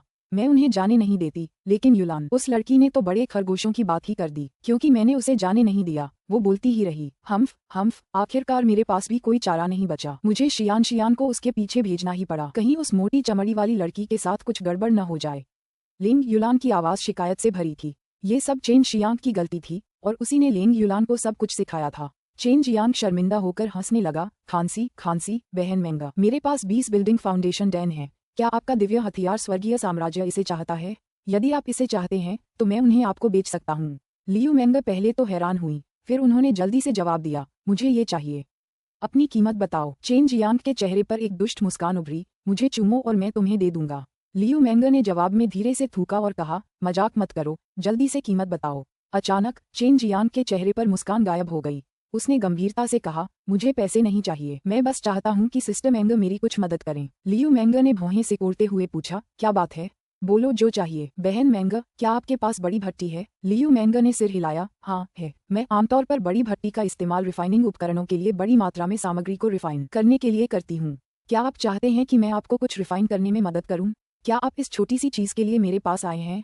चेन जियांग ने अपना सिर हिलाया और व्यंग्यात्मक मुस्कान के साथ कहा, मैं नहीं चाहता कि आप मेरे लिए कुछ परिष्कृत करें, बल्कि मैं चाहता हूँ कि आप मुझे परिष्कृत करें। क्या? लियू मेंग को शक हुआ कि उसने उसे गलत सुना है। उसे समझाओ, क्या यह आत्मघाती कदम नहीं था? अध्याय 0266 ईर्ष्या। अध्याय 266 ईर्ष्या। चेन जियांग ने लियू मेंग की थोड़ी आश्चर्यचकित उपस्थिति को देखकर उसे एक जानवर की खाल सौंप दी। लियू मेंग की याददाश्त बहुत अच्छी थी। उसे याद था कि जब चेन जियांग ने ब्लैक टॉर्टोइस एडामेंटाइल कवच हासिल किया था तो उसके अंदर एक जानवर की खाल थी जिस पर black tortoise external strength technique लिखी थी। उस समय चेन जियांग उसे एक प्रति देना चाहता था, लेकिन उसने मना कर दिया था। जैसे ही उसने उसे खोला, उसकी नज़र उस गूढ़ मार्शल आर्ट पद्धति पर पड़ी। क्योंकि यह एक शक्तिशाली दिव्य व्यायाम था, उसकी सांसें तेज हो गईं और उसकी छाती ऊपर नीचे होने लगी। मुझे उम्मीद नहीं थी कि यह इतना जबरदस्त होगा। हालांकि इसकी ज़रूरतें काफ़ी ज़्यादा हैं। इसके लिए असल में दूसरे स्तर के अमर और शैतानी शरीर की ज़रूरत होती है। तुम्हें अभी तक उस तक नहीं पहुंचना चाहिए था। लियू मेंगर ने कहा, अपनी जानकारी के अनुसार दूसरे स्तर के अमर और शैतानी शरीर की तुलना किसी 8वें या 9वें स्तर के सच्चे मार्शल दायरे के मार्शल कलाकार के शरीर से की जा सकती है। वह भी पहले उस स्तर तक पहुंच चुकी थी। काले कछुए की बाहरी शक्ति तकनीक को समझने के बाद लियू मेंगर को तुरंत समझ आ गया कि चेन जियांग उसे क्यों ढूंढने आया है, लेकिन अब वह सोच रही थी कि उसे चेन जियांग की मदद करनी चाहिए या नहीं। अगर उसे परिष्कृत करने में कोई गड़बड़ी हुई तो चेन जियांग की मौत हो जाएगी। मैं पहले ही वहां पहुंच चुका हूं, चेन जियांग ने हंसते हुए अपना सिर खुजाते हुए कहा। लियू मेंगर का कोमल शरीर कांप उठा। अविश्वास भरी नजरों से उसने चेन जियांग की ओर देखा। उसका पतला और कोमल हाथ बिजली की तरह चेन जियांग की ओर बढ़ा और चेन जियांग की कलाई पकड़ ली। उसने धीमी आवाज में कहा, विरोध मत करो, मैं देखती हूँ कि क्या तुम्हारे पास सचमुच दूसरे स्तर का अमर और शैतानी शरीर है। अगर है तो मैं तुम्हारी मदद करूंगी। सामान्य परिस्थितियों में लियू मेंगर चेन जियांग को बिल्कुल भी नहीं देख पाती। अगर वह चेन जियांग के शरीर को ध्यान से न जांचती तो उसकी नज़र में चेन जियांग एक साधारण इंसान जैसा ही होता। जैसे ही उसने अपनी दिव्य भावना को चेन जियांग के शरीर में प्रवेश कराया, उसने उसके शरीर की ताकत को परखा। अगर उसने ऐसा न किया होता तो उसे कभी पता ही न चलता। हालांकि जैसे ही उसने ध्यान दिया, उसे तुरंत पता चल गया कि चेन जियांग का शरीर उसकी कल्पना से कहीं ज्यादा मजबूत था। हुन्फ, तुम बहुत अच्छी तरह से छिपते हो। लियू मेंगर ने अपना हाथ वापस खींच लिया। चेन जियांग ने शरारत से हंसते हुए कहा, बहन मेंगर, मैं एक शक्तिशाली आदमी से निपटना चाहता हूँ। मैं जल्दी से शक्तिशाली बनना चाहता हूँ, इसलिए मैं जोखिम उठा सकता हूँ। अगर मैं पहले चरण को सफलतापूर्वक पार कर लेता हूँ तो भविष्य में ये बहुत आसान हो जाएगा, लेकिन उस समय तक मुझे अभी भी बहन मेंगर को परेशान करना होगा। लियू मेंगर ने हल्की सी खर्राटे भरी और कहा, तुम हुआ जियांग को ढूंढने क्यों नहीं गए? वह मोहिनी है, वह भी बहुत मजबूत है। चेन जियांग समझ नहीं सका। यहाँ आने के बाद उसने कभी भी हुआ जियांग का जिक्र तक नहीं किया था, जबकि लियू मेंगर पहले ही 2 बार उसके बारे में बात कर चुका था। बहन मेंगर, हम कब शुरू कर सकते हैं? मैं आपको 20 बिल्डिंग फाउंडेशन डेंस मुआवजे के तौर पर दूंगा। यह मुआवजा कम नहीं माना जा सकता, चेन जियांग ने कहा। 20 बिल्डिंग फाउंडेशन डेंस स्वाभाविक रूप से कम नहीं थे। लियू मेंगर को जो करना था वह बहुत आसान था और यह स्पिरिट रिफाइनिंग उपकरण से कहीं ज्यादा आसान था। उसे बस भट्टी की देखभाल करनी थी और आग पर अच्छी तरह से नियंत्रण रखना था, बस इतना ही काफी था। मेरे पीछे आओ। लियू मेंगर ने चेन जियांग की मदद करने का फैसला करने से पहले कुछ देर ध्यान से सोचा। अगर चेन जियांग ने बिल्डिंग फाउंडेशन डेन देने की पेशकश नहीं की होती तब भी वह उसकी मदद करती। वह चेन जियांग से बिल्डिंग फाउंडेशन डेन लेना चाहती थी क्योंकि उसे महातूफान से पहले तैयारी करनी थी। वह कई शक्तिशाली शिष्यों को प्रशिक्षित करके उनकी मूल शक्ति को मजबूत करना चाहती थी। वह महसूस कर सकती थी कि चेन जियांग उसके साथ अच्छा व्यवहार करता था, हालांकि वह अक्सर उसके साथ छेड़छाड़ करता था, फिर भी इससे वे दोनों करीब आ गए। सिस्टर मेंगर, सच कहूं तो मेरे डीन ने इन्हें मुझसे खरीदा था। मैंने उन्हें एक डैम के बदले 5 लाख क्रिस्टल स्टोन में बेच दिया। आप मेरी सिस्टर मेंगर हैं, इसलिए मैं इन्हें अपने साथ लाया हूँ। अगर भविष्य में मेरे पास और भी होंगे तो मैं आपको दे दूंगा। चेन जियांग मुस्कुराया और बोला, महिलाओं के लिए भौतिकवादी आक्रमण बेहद कारगर था। उदाहरण के लिए एल्टर डैन को ही लीजिए, वह अब काफी आज्ञाकारी हो गई थी। बोलते समय चेन जियांग ने 20 सच्चे एलिमेंटल डैन निकाले और लियू मेंगर को दे दिए। चेन जियांग, तुम्हें इतने सारे बिल्डिंग फाउंडेशन डैन कहाँ से मिले? लियू मेंगर ने कुछ संदेह से पूछा। उसने गौर से देखा और पाया कि ये सभी बिल्डिंग फाउंडेशन डैन उच्च गुणवत्ता के थे। चेन जियांग ने शरारत से हंसते हुए कहा, अगर मैं कहूं कि इन्हें मैंने परिष्कृत किया है तो क्या आप विश्वास करेंगे? मुझे विश्वास नहीं होता। लियू मेंगर ने तुरंत जवाब दिया। चेन जियांग के साथ वे सामने एक पहाड़ी की ओर चल पड़े। इस पहाड़ी की तलहटी में एक गुफा का प्रवेश द्वार था। चेन जियांग ने हंसते हुए कहा, भविष्य में जब आप एल्डर डैन को देखेंगे तो उनसे पूछिएगा, तब आपको पता चलेगा। लियू मेंगर को अब भी यकीन नहीं हुआ, बल्कि ईर्ष्या से भरे स्वर में उसने पूछा, तुम उस मोहिनी औरत हुआ जियांग से कैसे जुड़ गई? चेन जियांग ने अपने होंठ भींचे। बहन मेंगर, आप इसकी इतनी परवाह क्यों करती हैं? जियांगसियन आपकी तरह तनावग्रस्त नहीं था। लियू मेंगर के सुंदर चेहरे पर लाली छा गई। उसे खुद नहीं पता था कि वह हमेशा इस बात को लेकर चिंतित क्यों रहती थी, लेकिन जब भी वह हुआ जियांग के चेन जियांग के गाल को अस्पष्ट रूप से छूने के बारे में सोचती तो उसके दिल में हमेशा एक अजीब सी बेचैनी महसूस होती। मुझे जियांशियान की चिंता है। क्या युलान और जियांशियान तुम्हारे लिए काफी नहीं है? लियू मेंगर ने धीमी आवाज में कहा। वह पहले से ही लेंग युलान की चेन जियांग के प्रति भावनाओं से वाकिफ थी। वह जानती थी कि लेंग युलान देर सवेर चेन जियांग के साथ रहेगी और जू जियांशियान को इससे कोई आपत्ति नहीं होगी। इसके विपरीत वह लेंग युलान के और भी करीब आ जाएगी। ये कैसे पर्याप्त हो सकता है?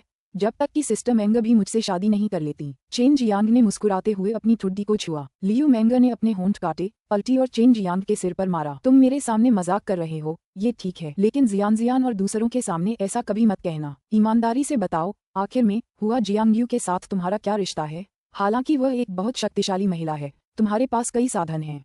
हुआ जियांगयू का तुम्हारे करीब आना असंभव नहीं है। यहाँ तक कि हुआ जियांगयुए, जो एक अलग निर्वाण क्षेत्र का व्यक्ति था, ने भी चेन जियांग के प्रति कोई प्रतिरोध नहीं किया। मैं उसे सांसारिक दुनिया में जानता था। चेन जियांग ने एक एक करके सारी बातें बताई कि कैसे उसने धर्मनिरपेक्ष दुनिया में हुआ जियांगयू से मुलाकात की। ये सुनकर लियू मेंग बहुत हैरान हुई। उसने सोचा भी नहीं था कि हुआ जियांगयू का चेन जियांग से इतना करीबी रिश्ता होगा। वह जानती थी कि हुआ जियांगयू का दर्जा कम नहीं है, लेकिन उस समय उस मोहिनी ने चेन जियांग को, उस छोटे बदमाश को, जिसने अभी तक सच्चे वैवाहिक क्षेत्र में प्रवेश भी नहीं किया था, अपने शरीर को देखने दिया, और यह भी जानबूझकर किया गया था। इस महिला की अंतर्दृष्टि वाकई बहुत जबरदस्त है। उसने पहले ही भांप लिया था कि आज तुम्हें सफलता मिलेगी। जियानशियान और युलान भी गलत नहीं थे, और तुम भी किसी प्रलोभन में नहीं पड़े। लियू मेंग ने गहरी सांस ली। चेन जियांग ने पूछा, बहन मेंग, हुआ जियांगयू कौन है? ऐसा लगता है कि वह डेनशियांग ताओयुआन के प्रबंधन के लिए जिम्मेदार है। मुझसे मत पूछो, मुझे भी उसके बारे में कुछ ठीक से समझ नहीं आ रहा। कई साल पहले वह अचानक कहीं से आ गई और दावा किया कि वह दानशियांग ताओयुआन के डीन की दासी है। उसके हाथ में दानशियांग ताओयुआन के डीन का चिन्ह है, और अब वह दानशियांग ताओयुआन के कई मामलों के साथ साथ बड़ों के कामों की भी जिम्मेदार है। लियू मेंग ने सिर हिलाया। क्या तुम्हें उस समय उसे अपनी स्त्री न मानने का अफसोस नहीं है? बिल्कुल नहीं। अब जब भी मैं उसे अपनी नौकरानी बनाना चाहूंगा, बना लूंगा। चेन जियांग ने गर्व से जवाब दिया, हालांकि वह मजाक कर रहा था। कौन यकीन करेगा? हालांकि वह मोहिनी स्त्री नखरेबाज है, पर वह बेहद ताकतवर है। कम से कम निर्वाण लोक में तो है। आमतौर पर उसका दूसरे पुरुषों से बहुत कम संपर्क होता होगा, लेकिन वह तुम्हारे साथ इतनी अच्छी क्यों होगी? लियू मेंग ने संदेह से कहा। चेन जियांग को भी यह बात समझ नहीं आई। वह बस हंसा और बोला, यह मेरा आकर्षण है। बहन मेंग, क्या आप भी मेरे आकर्षण से प्रभावित नहीं हुई? शेखी मत बघारो, थोड़ी सी चीखने की ताकत बचाकर रखो, दर्द से मर ही जाओगी। लियू मेंग ने मुंह भर लार फूकी। जैसे ही वे गुफा में गए, चेन जियांग को गुफा के अंदर से एक अजीब सी घुटन भरी गर्मी महसूस हुई, जिससे वह काफी तनावग्रस्त हो गया। अध्याय 0267 श्वेत ज़ेड ड्रैगन कड़ाही। अध्याय 267 श्वेत ज़ेड ड्रैगन कड़ाही। पहाड़ के गर्भ में प्रवेश करते ही उसे एक विशाल चौकोर भट्टी दिखाई दी। वह पहाड़ी की चोटी तक पहुंचकर लगातार झुलसा देने वाली गर्म आभा बिखेर रही थी। हालांकि दिखने में ये बहुत सामान्य थी, लेकिन यह आसानी से देखा जा सकता था कि यह विशाल भट्टी प्राचीन थी। ये बहुत बड़ा है, चेन जियांग ने कहा। तुम्हें परिष्कृत करने के लिए इसका इस्तेमाल करने की कोई जरूरत नहीं है। ये बहुत बेकार होगा। मैं तो इसका इस्तेमाल करूंगा। लियू मेंग ने एक 4 पैरों वाली भट्टी निकाली। वह पूरी तरह से सफेद ज़ेड से बनी हुई लग रही थी, लेकिन वह बहुत छोटी भी थी।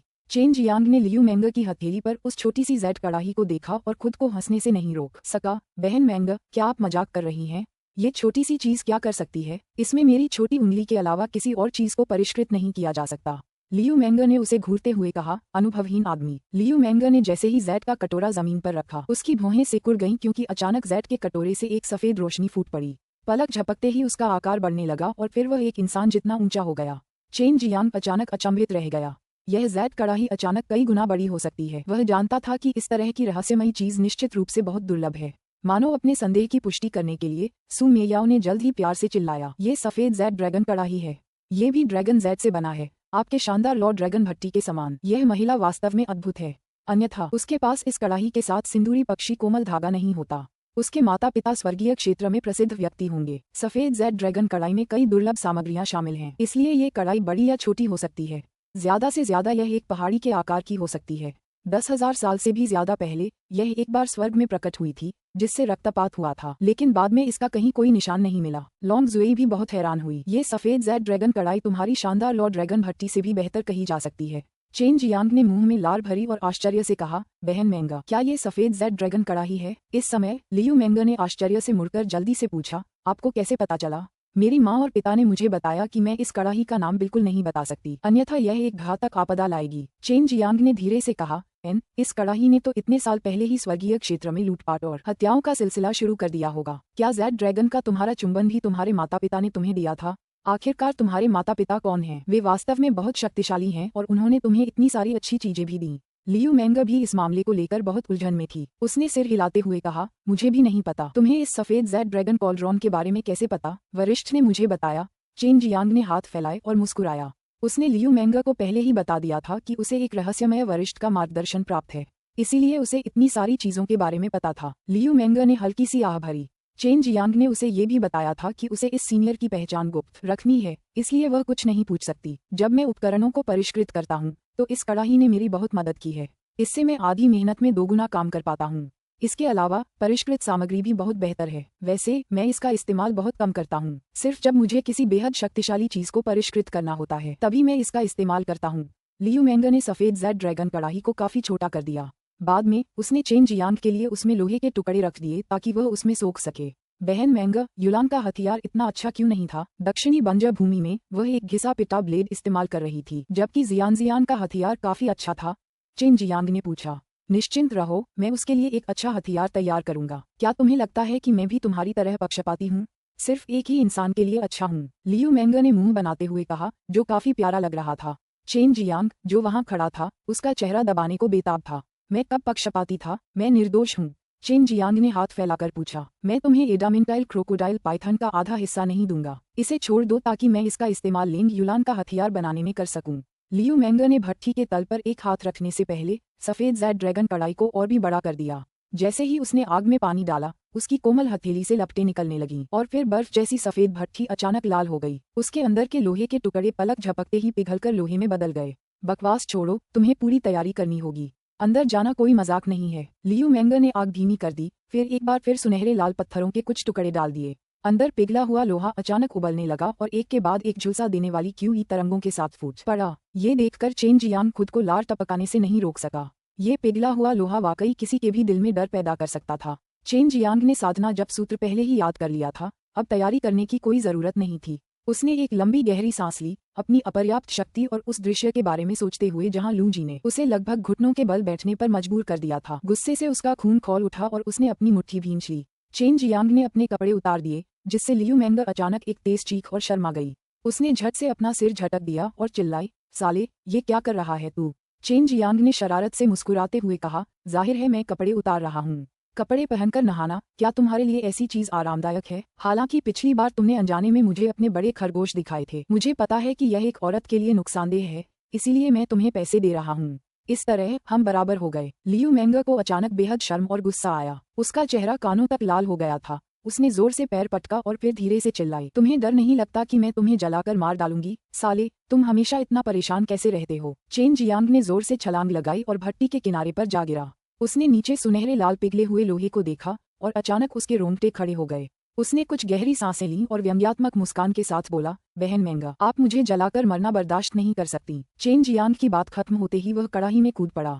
जैसे ही लियू मेंगा कुछ कहना चाहती थी, उसने चेन जियांग को कटते हुए सुअर की तरह चीखते सुना। डर के मारे उसका चेहरा पीला पड़ गया। वह जल्दी से और कोमलता से चिल्लाई, छोटे बदमाश, क्या तुम ठीक हो? कैसा लग रहा है? अगर बर्दाश्त नहीं हो रहा तो जल्दी से बाहर आ जाओ। इस कुलीन और शालीन सुंदरी को अपने प्रति इतना चिंतित देखकर चेन जियांग को गर्मजोशी का एहसास हुआ। उसे लगा कि डरने की कोई बात नहीं है और उसने दांत पीसते हुए कहा, मैं ठीक हूँ। मजबूत बनने के लिए मैं हर तरह का दर्द सहने को तैयार हूँ। बहन मेंगा, तापमान बढ़ाओ, ये काफी नहीं है। मैं हुनर आजमा रहा हूँ, लेकिन ये काम नहीं कर रहा है। लियू मेंगा ने अपने लाल होठों को चबाया। उसे भी नहीं पता था कि उसके दिल में दर्द क्यों हो रहा था। उसने आग तेज कर दी, जिससे भट्टी में पिघला हुआ खास लोहा जोर से उबलने लगा। इसी बीच चेन जियांग जोर जोर से चीखने लगी, जिससे उसका दिल दर्द से धड़क उठा। मैं हमेशा इस छोटे बदमाश के साथ कुछ पागलपन करने में क्यों साथ देती हूँ? लियू मेंगा ने खुद से पूछा। लगातार दबाव से उसके कटे हुए होंठों से खून बहने लगा था। सुनो, छोटी बदमाश, मैं तुम्हारे समय का प्रवाह बढ़ाने के लिए सफेद जेड ड्रैगन कड़ाई के अंदर विचित्र संरचना को सक्रिय करने जा रही हूँ। बाहर से यह मेरे लिए केवल 3 घंटे का होगा, लेकिन तुम्हारे लिए 3 दिन का। हालांकि मुझे ढक्कन को ढकना होगा। अगर कुछ भी गड़बड़ हो तो अपनी दिव्य इंद्रिय का उपयोग करके मुझे तुरंत बताना, लियू मेंगा ने कहा। उसने पाया कि चेन जियांग की उन दर्दनाक चीखों को सुनने के बाद वह खुद को शांत नहीं कर पा रही थी। अगर वह अपनी भड़कती भावनाओं के कारण ज्वाला को अच्छी तरह नियंत्रित नहीं कर पाए तो चेन जियांग अपनी साधना में असफल हो जाएगा। ठीक है, जल्दी करो। चेन जियांग को अंदर का तापमान अस्थिर लगा और उसने अभी तक सफलतापूर्वक कौशल का प्रयोग नहीं किया था। ढक्कन के ढक जाने के बाद पहाड़ का पेट अचानक शांत हो गया। हालांकि लियू मेंगा का दिल अभी भी शांत नहीं था। वह चेन जियांग को लेकर बेहद चिंतित थी, लेकिन अभी कुछ देर पहले ही वह चेन जियांग की सत्ता की लालसा देख पा रही थी। यही वह तरीका था जिससे चेन जियांग अपनी मनचाही शक्ति लगातार हासिल कर सकता था। उसे उसकी मदद करने की पूरी कोशिश करनी थी। अध्याय 0268, 5वां स्तर अमर और शैतान शरीर। अध्याय 268, 5वां स्तर अमर और शैतान शरीर। सफेद जेड ड्रैगन कड़ाई के अंदर चेन जियांग लगातार दर्द से कराहता रहा। इस समय तक तापमान पहले ही स्थिर हो चुका था और जैसे ही उसने व्यायाम किया, सच्ची क्यूई उसकी मेरिडियन में निर्दिष्ट परिसंचरण के अनुसार घूमने लगी। पिघले हुए लोहे ने उसके शरीर को उत्तेजित किया, जिससे उसकी हड्डियों और मांसपेशियों में एक अजीबोगरीब ऊर्जा उत्पन्न हुई। यह एक प्रकार की स्वर्णिम ऊर्जा थी जो सीधे उसकी मांसपेशियों के साथ जुड़ गई। चेन जियांग ने अंतहीन पीड़ा झेली थी और उसके दिल में कई बार हार मानने का विचार आया था, लेकिन जब भी वह लू जी के बारे में सोचता, जो उसकी गरिमा को कुचलना चाहता है, तो उसके दिल में गुस्से से उपजा दृढ़ संकल्प जाग उठता, जिससे वह धीरज धरता। मैं बिल्कुल भी हार नहीं मान सकता। चेन जियांग ने गुस्से में अपनी मुठियां भट्टी पर पटकी और बैंग बैंग की आवाजें निकालीं। छोटे बदमाश, क्या तुम बाहर आना चाहते हो? लियू मेंगर ने अपनी दिव्य भावना से पूछा। नहीं, चेन जियांग ने तुरंत जवाब दिया। उसके शरीर के भीतर सच्ची क्यूई पहले ही घूमने लगी थी और उत्तेजित अवस्था में पहुंच गई थी। हालांकि वह दर्द सह रहा था, उसने महसूस किया कि उसका शरीर धीरे धीरे बदल रहा है और इससे उसे अतुलनीय रूप से ताजगी मिली। अगर वह सफल होता तो उसे 5वें स्तर का अमर और शैतानी शरीर प्राप्त होता। अगर उसे किसी चरम अवस्था के शरीर से बदल दिया जाए तो वह उसके जितना दुर्जेय नहीं होगा। दूसरे शब्दों में, भविष्य में उसकी रक्षा और भी दुर्जेय हो जाएगी। शोधन प्रक्रिया के दौरान चेन जियांग ने पहले ही काले कछुए एडमेंटाइल कवच को चिलचिलाती गर्मी का प्रतिरोध न करने के लिए नियंत्रित कर लिया था, अन्यथा भट्टी के अंदर कूदने का कोई मतलब नहीं था। 1 घंटा बीतने के बाद लियू मेंगर ने एक बार फिर चेन जियांग से पूछा कि वह जाना चाहता है या नहीं, लेकिन ये जानकर कि चेन जियांग अभी भी जवाब दे सकता है, उसने राहत की सांस ली। हालांकि बाहर सिर्फ 1 घंटा ही बीता था, भट्टी के अंदर उसकी सच्ची क्यूई और दिव्य बोध लगातार क्षीण होते हुए एक पूरा दिन बीत चुका था। समय संरचना को आगे बढ़ाने के लिए उसे बहुत ताकत लगानी पड़ी। आखिरकार अंदर एक जीवित व्यक्ति था। चेन जियांग के इस तरह के विकृत कार्यों के लिए लियू मेंगर जानती थी कि वह इससे निपटने के लिए सामान्य बुद्धि का इस्तेमाल नहीं कर सकती। चेन जियांग सच्चे मार्शल क्षेत्र में बस कुछ ही स्तर पर था, फिर भी उसने अपने शरीर को अमर और शैतान शरीर के दूसरे स्तर तक कठोर बना लिया था, जो बेहद कठिन था। और शुद्धिकरण के बाद उसे 5वें स्तर का अमर और शैतान शरीर प्राप्त होगा, जो और भी आश्चर्यजनक था। ऐसा कोई पल नहीं था जब लियू मेंगर को चेन जियांग की जिंदगी की चिंता न हो। उसने चेन जियांग के साथ मिलकर इस तरह की पागलपन भरी हरकतें फिर कभी न करने का फैसला किया, क्योंकि इस तरह की चिंता उसके लिए अभूतपूर्व थी। उसे चिंता थी कि चेन जियांग मर जाएगा, और उस मुस्कुराते हुए छोटे बदमाश के उसे छोड़कर चले जाने के बारे में सोचकर उसके दिल में अचानक एक तेज दर्द उठा। जैसे जैसे चेन जियांग ने काले कछुए की बाह्य शक्ति तकनीक के अनुसार साधना की, उसे अपने शरीर की शक्ति में लगातार वृद्धि का एहसास हुआ। ऐसा उसने पहले कभी महसूस नहीं किया था। केवल 3 दिनों में उसने महसूस किया कि उसका शरीर 3 दिन पहले की तुलना में कई गुना अधिक शक्तिशाली हो गया है। हालांकि वह केवल 3 स्तरों तक ही आगे बढ़ा था। अमर और शैतान शरीर का प्रत्येक अतिरिक्त चरण काफी अलग था, मानो स्वर्ग और धरती का अंतर हो। बेशक बाहर सिर्फ 3 घंटे ही बीते थे। इन 3 घंटों में लियू मेंगर बेसुध सी चिंता में डूबी हुई थी। उसे अचानक चेन जियांग के लिए अपनी भावनाएं, वो अस्पष्ट भावनाएं, और भी स्पष्ट होती जा रही थीं। लेकिन न तो वो इस बात को स्वीकार करने की हिम्मत कर पा रही थी और न ही इस सच्चाई का सामना करने की। उसने एक गहरी सांस ली और डांटते हुए कहा, आखिर इस बदमाश ने मुझे किस मीठी बातों से मोहित कर लिया।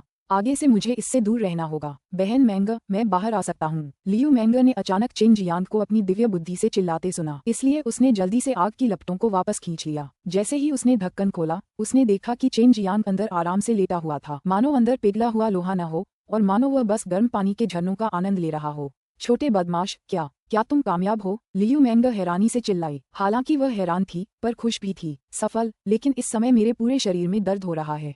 सिस्टर मेंगर, आपको मेरी मालिश करनी ही होगी। खैर, आपको मेरी मदद तो करनी ही होगी, चेन जियांग ने मुस्कुराते हुए कहा। जैसे ही वह सफेद जेड ड्रैगन कड़ाई से बाहर निकला, लियू मेंगर ने तुरंत अपना सिर घुमाया और प्यार से थूका, छोटे बदमाश, किसी दिन मैं तुम्हें अच्छा दिखाऊंगी। चेन जियांग ने अपने कपड़े पहने, मुस्कुराया और बोला, बहन मेंगर, बहुत बहुत शुक्रिया। क्या मैं शुक्रिया के तौर पर आपको चूम सकता हूँ? पूल, कोई आश्चर्य नहीं कि तुम सफल हो। तुम्हारे चेहरे की त्वचा इतनी मोटी है कि तुम्हें पिघले हुए लोहे से भी डर नहीं लगता, लियू मेंगर ने उपहास करते हुए कहा। वह पास आए और अपने नाजुक और खूबसूरत हाथों से चेन जियांग की कमर पर जोर से चुटकी काटी और जोर से मरोड़ दिया। चेन जियांग का कोमल शरीर घूमने लगा और लियू मेंगर ने प्यार से हंसते हुए कहा, मत सोचो कि तुम्हारा 5वां स्तर का अमर और शैतान शरीर दुर्जेय है। चेन जियांग को कमर में दर्द महसूस हुआ और वह अचानक चिल्लाने लगा, बहन मेंगर, मैं गलत था, जल्दी से रुको। लियू मेंगर निर्वाण क्षेत्र में थी। हालांकि उन्होंने अपने शरीर को परिष्कृत नहीं किया था, लेकिन साल भर स्पिरिट क्यूई के सेवन से उनका शरीर ट्रू क्यूई से पोषित था, जिससे वह बहुत मजबूत हो गया था। एक निर्वाण क्षेत्र की मार्शल आर्टिस्ट होने के नाते अपनी थोड़ी सी ताकत से वह चेन जियांग को उसकी जान के 1 इंच के भीतर दर्द का एहसास करा सकती थी। तुम्हें किसने कहा कि हमेशा मुझे परेशान करो? लियू मेंगर ने चेन जियांग को गुस्से से बोलते हुए छोड़ दिया। मैं बस सिस्टर मेंगर पर मोहित होना चाहता हूँ। बस सिस्टर मेंगर को ये पसंद नहीं है। चेन जियांग ने अपनी जीभ बाहर निकाली। लियू मेंगर का गुस्सैल और शर्मीला रूप देखकर उसने मन ही मन शिकायत की।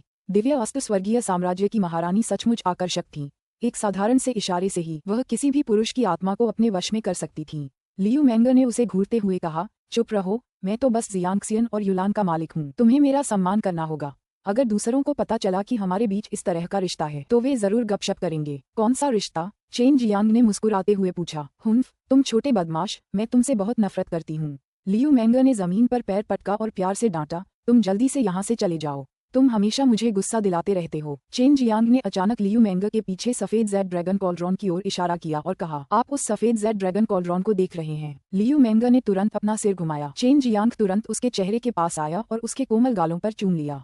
ये सुनकर लियू मेंगे एक पल के लिए हैरान रह गई, फिर उसने गालियों की झड़ी लगा दी। जबकि चेन जियांग गुफा से बाहर भाग चुका था, लियू मेंगे का खूबसूरत चेहरा लाल हो गया था। उसने धीरे से खर्राटे लिए, फिर व्हाइट जेड ड्रैगन कॉल्ड्रॉन लेकर बाहर चली गई।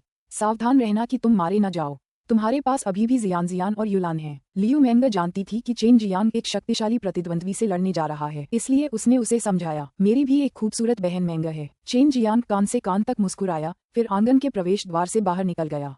वह अकड़कर दिव्य अस्त्र महल में चला गया। अगर उसे जल्दी लौटने की जरूरत न होती तो वह कुछ समय के लिए लियू मेंगे के साथ जरूर रुकता। महारानी के साथ होने से वह अजीब तरह से उत्साहित था। चेन जियांग चरम मार्शल संप्रदाय में वापस चला गया और कुल मिलाकर उसे केवल 5 दिन लगे। जाने से पहले उसने दक्षिणी बंजर भूमि से प्राप्त काला कवचधारी मगरमच्छ भी लियू मेंगे को दे दिया ताकि वह लेंग युलान के लिए कवच बना सके। चरम मार्शल संप्रदाय में लौटने के बाद चेन जियांग ने तुरंत लू जी के स्थान के बारे में पूछताछ की और उसे पता चला कि वह पहले मार्शल प्रांगण में था। उस जगह पर उसने पहले ही बहुत से लोगों को अपने साथ जोड़ लिया था और पहले मार्शल प्रांगण के कई सच्चे शिष्यों के साथ उसका व्यवहार भी बहुत अच्छा था। चेन जियांग और लू जी के मामले के बाद चेन जियांग गायब हो गया था और लू जी के अनुसार चेन जियांग 1-2 साल से पहले ठीक नहीं हो पाएगा। इससे साफ साबित होता है कि वह चेन जियांग से कहीं ज्यादा ताकतवर था। हालांकि कई लोगों को लगता था कि वह बेशर्मी कर रहा है। वह न सिर्फ चेन जियांग से उम्र में बड़ा था बल्कि साधना में भी चेन जियांग से कहीं ज्यादा ताकतवर था। चेन जियांग से जीतने के बाद उसे इतना घमंड हो गया मानो उसने किसी 9वें स्तर के सच्चे मार्शल दायरे के मार्शल कलाकार को हरा दिया हो। हम्फ 7वें स्तर का सच्चा मार्शल क्षेत्र का आदमी 5वें स्तर के सच्चे मार्शल क्षेत्र के मार्शल कलाकार चेन जियांग को फिर से हरा रहा है और फिर भी शेखी बघार रहा है।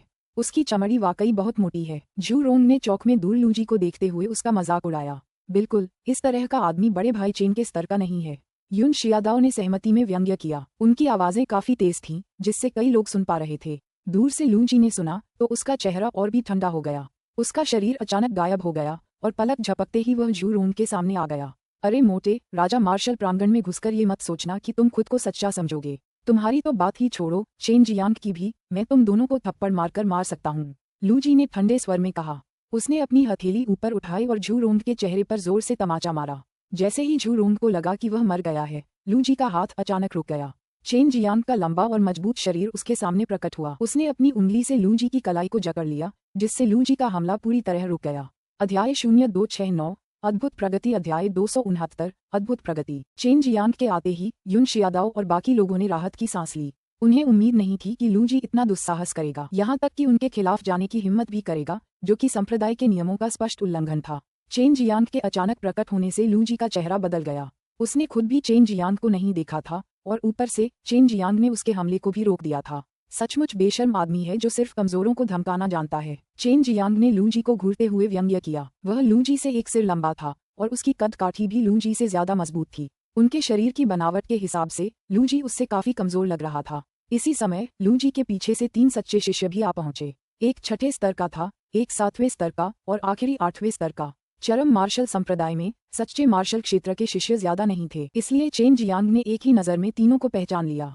लू जी ने अपना हाथ पीछे खींच लिया। मन ही मन उसे हैरानी भी हुई, क्योंकि चेन जियांग कुछ ज्यादा ही मजबूत लग रहा था और बस 5 दिन ही हुए थे। बस शुरू में तो उसे लगा था कि चेन जियांग को ठीक होने में कम से कम 1-2 साल लग जाएंगे, लेकिन सिर्फ 5 दिनों में ही वह ठीक हो गया। चेन जियांग, क्या तुम्हें याद नहीं कि मैंने तुम्हें पिछली बार क्या सबक सिखाया था? लू जी की गुस्से भरी आंखें चेन जियांग को घूर रही थीं। जरूर मुझे याद था, और याद रखने की वजह से ही मैं तुम्हें ढूंढने आया था।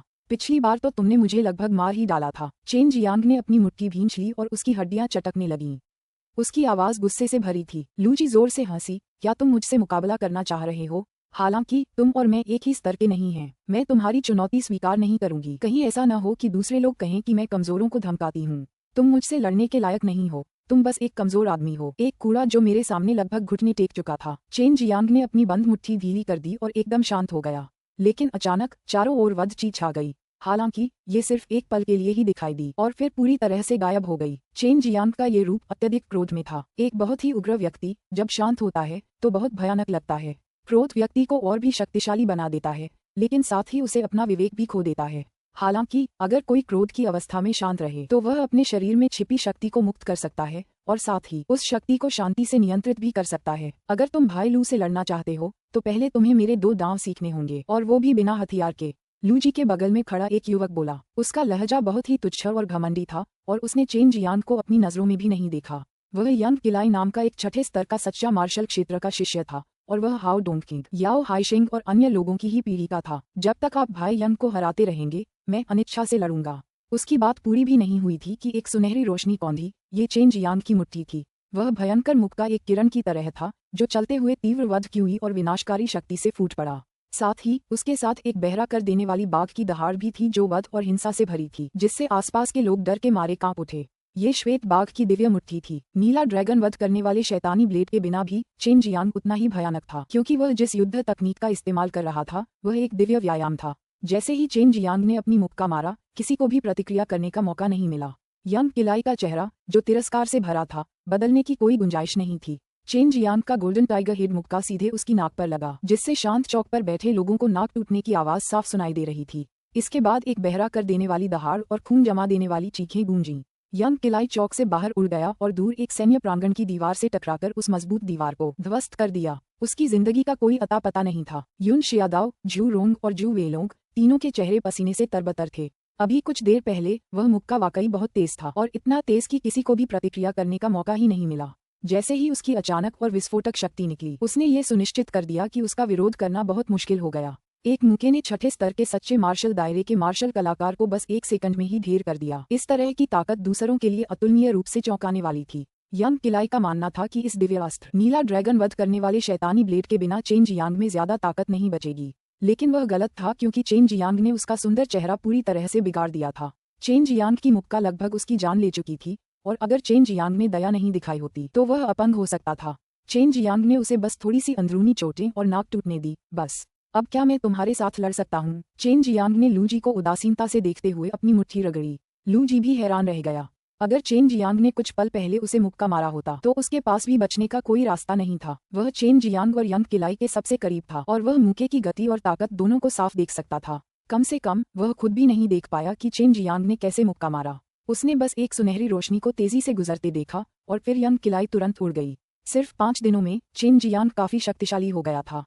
लू जी भी डरे बिना नहीं रह सका। हालांकि उसे चेन जियांग की सच्ची क्यूई में कोई वृद्धि नहीं दिखी। पहले की तरह चेन जियांग की आभा से वह देख सकता था कि वह अभी भी सच्चे मार्शल क्षेत्र के 5वें स्तर पर था।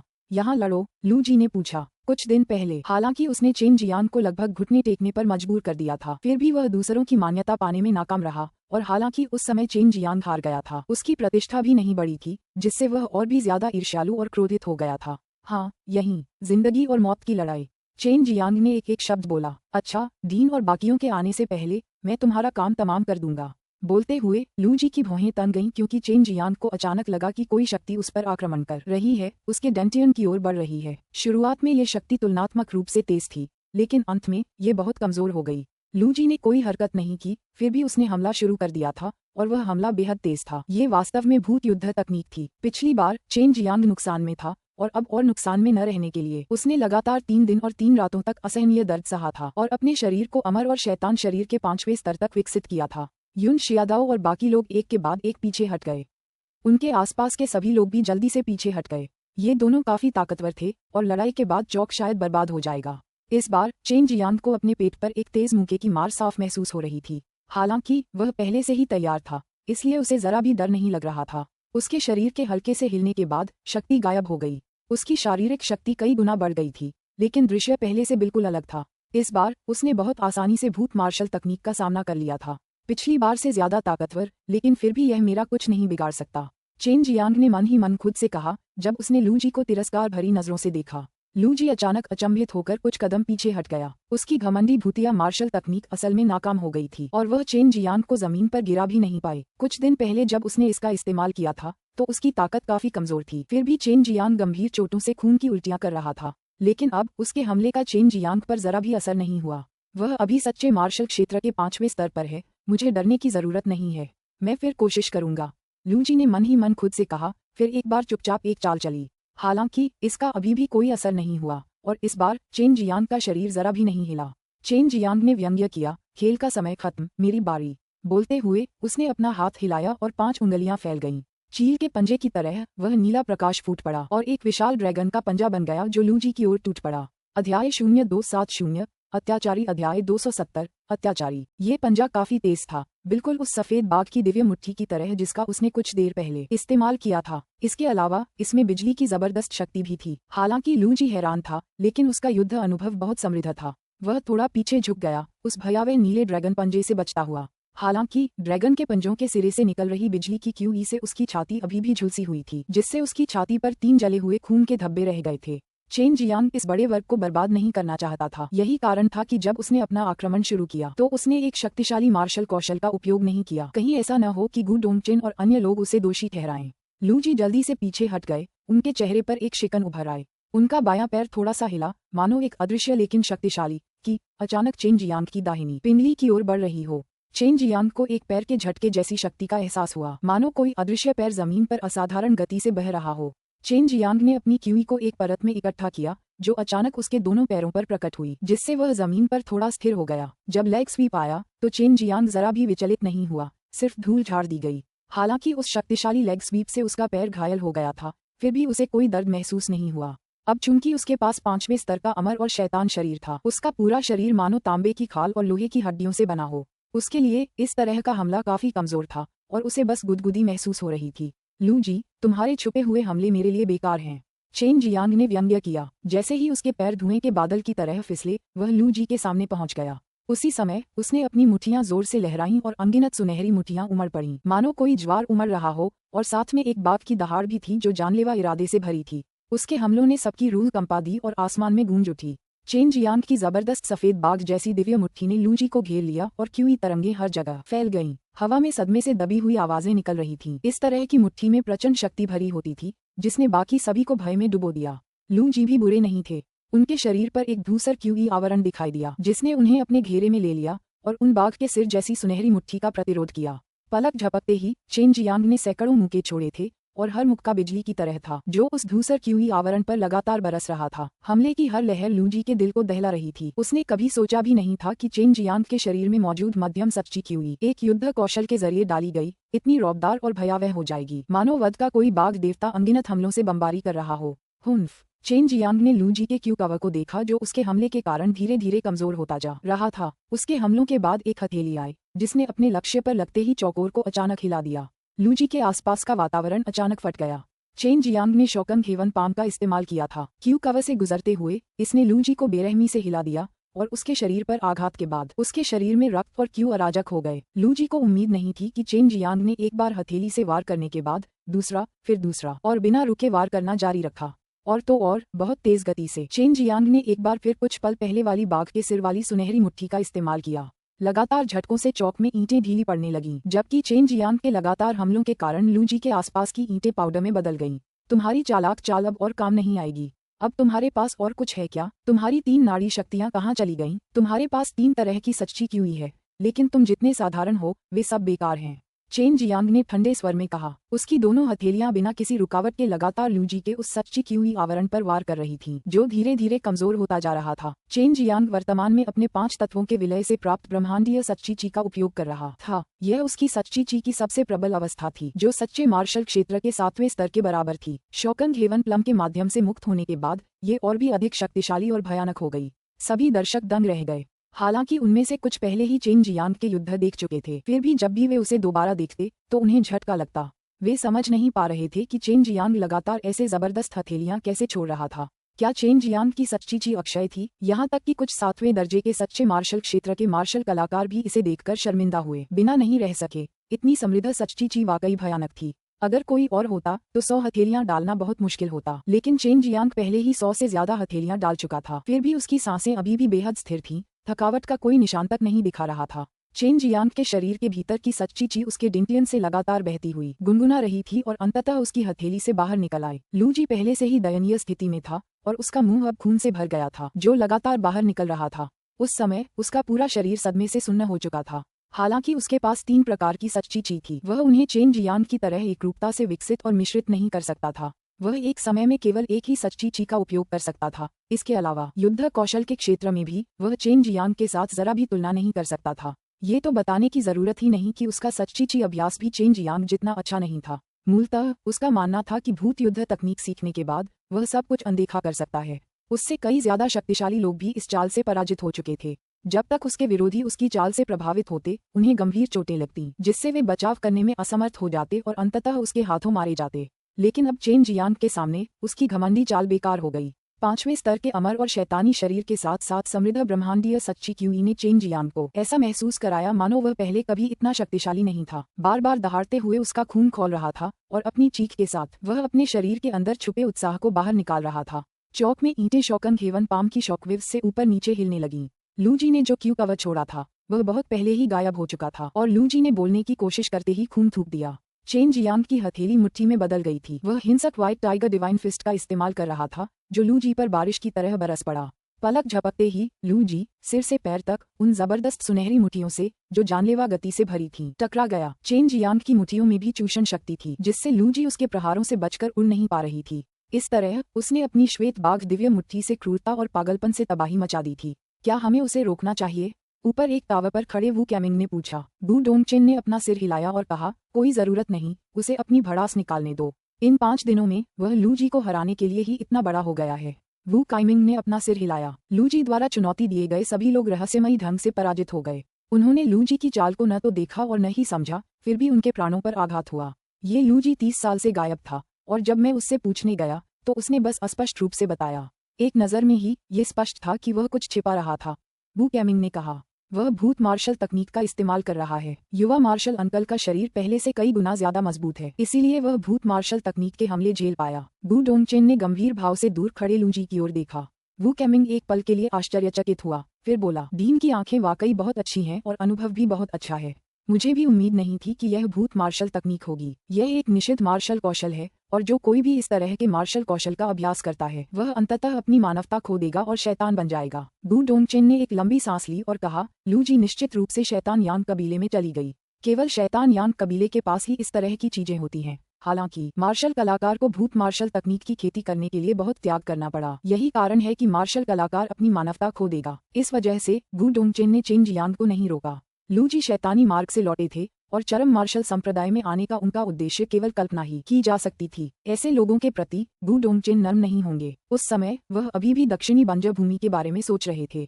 कई वर्षों से उन्हें ऐसी शर्मिंदगी नहीं झेलनी पड़ी थी। वास्तव में शैतानी मार्ग के संप्रदाय ने उन्हें धोखा दिया था और उन्होंने अपने ही संप्रदाय के शिष्यों को लगभग मौत के घाट उतार दिया था। इस बात पर विचार करते हुए वू डोंगचेन ने अचानक अपनी मुट्ठी भींच ली। जूनियर भाई, चलो जूनियर बहन के वापस आने का इंतजार करते हैं, फिर हम शैतान पथ संप्रदायों पर अपना हमला शुरू करेंगे। महान तूफान आने से पहले हम निश्चित रूप से एक शैतान पथ संप्रदाय का सफाया कर देंगे।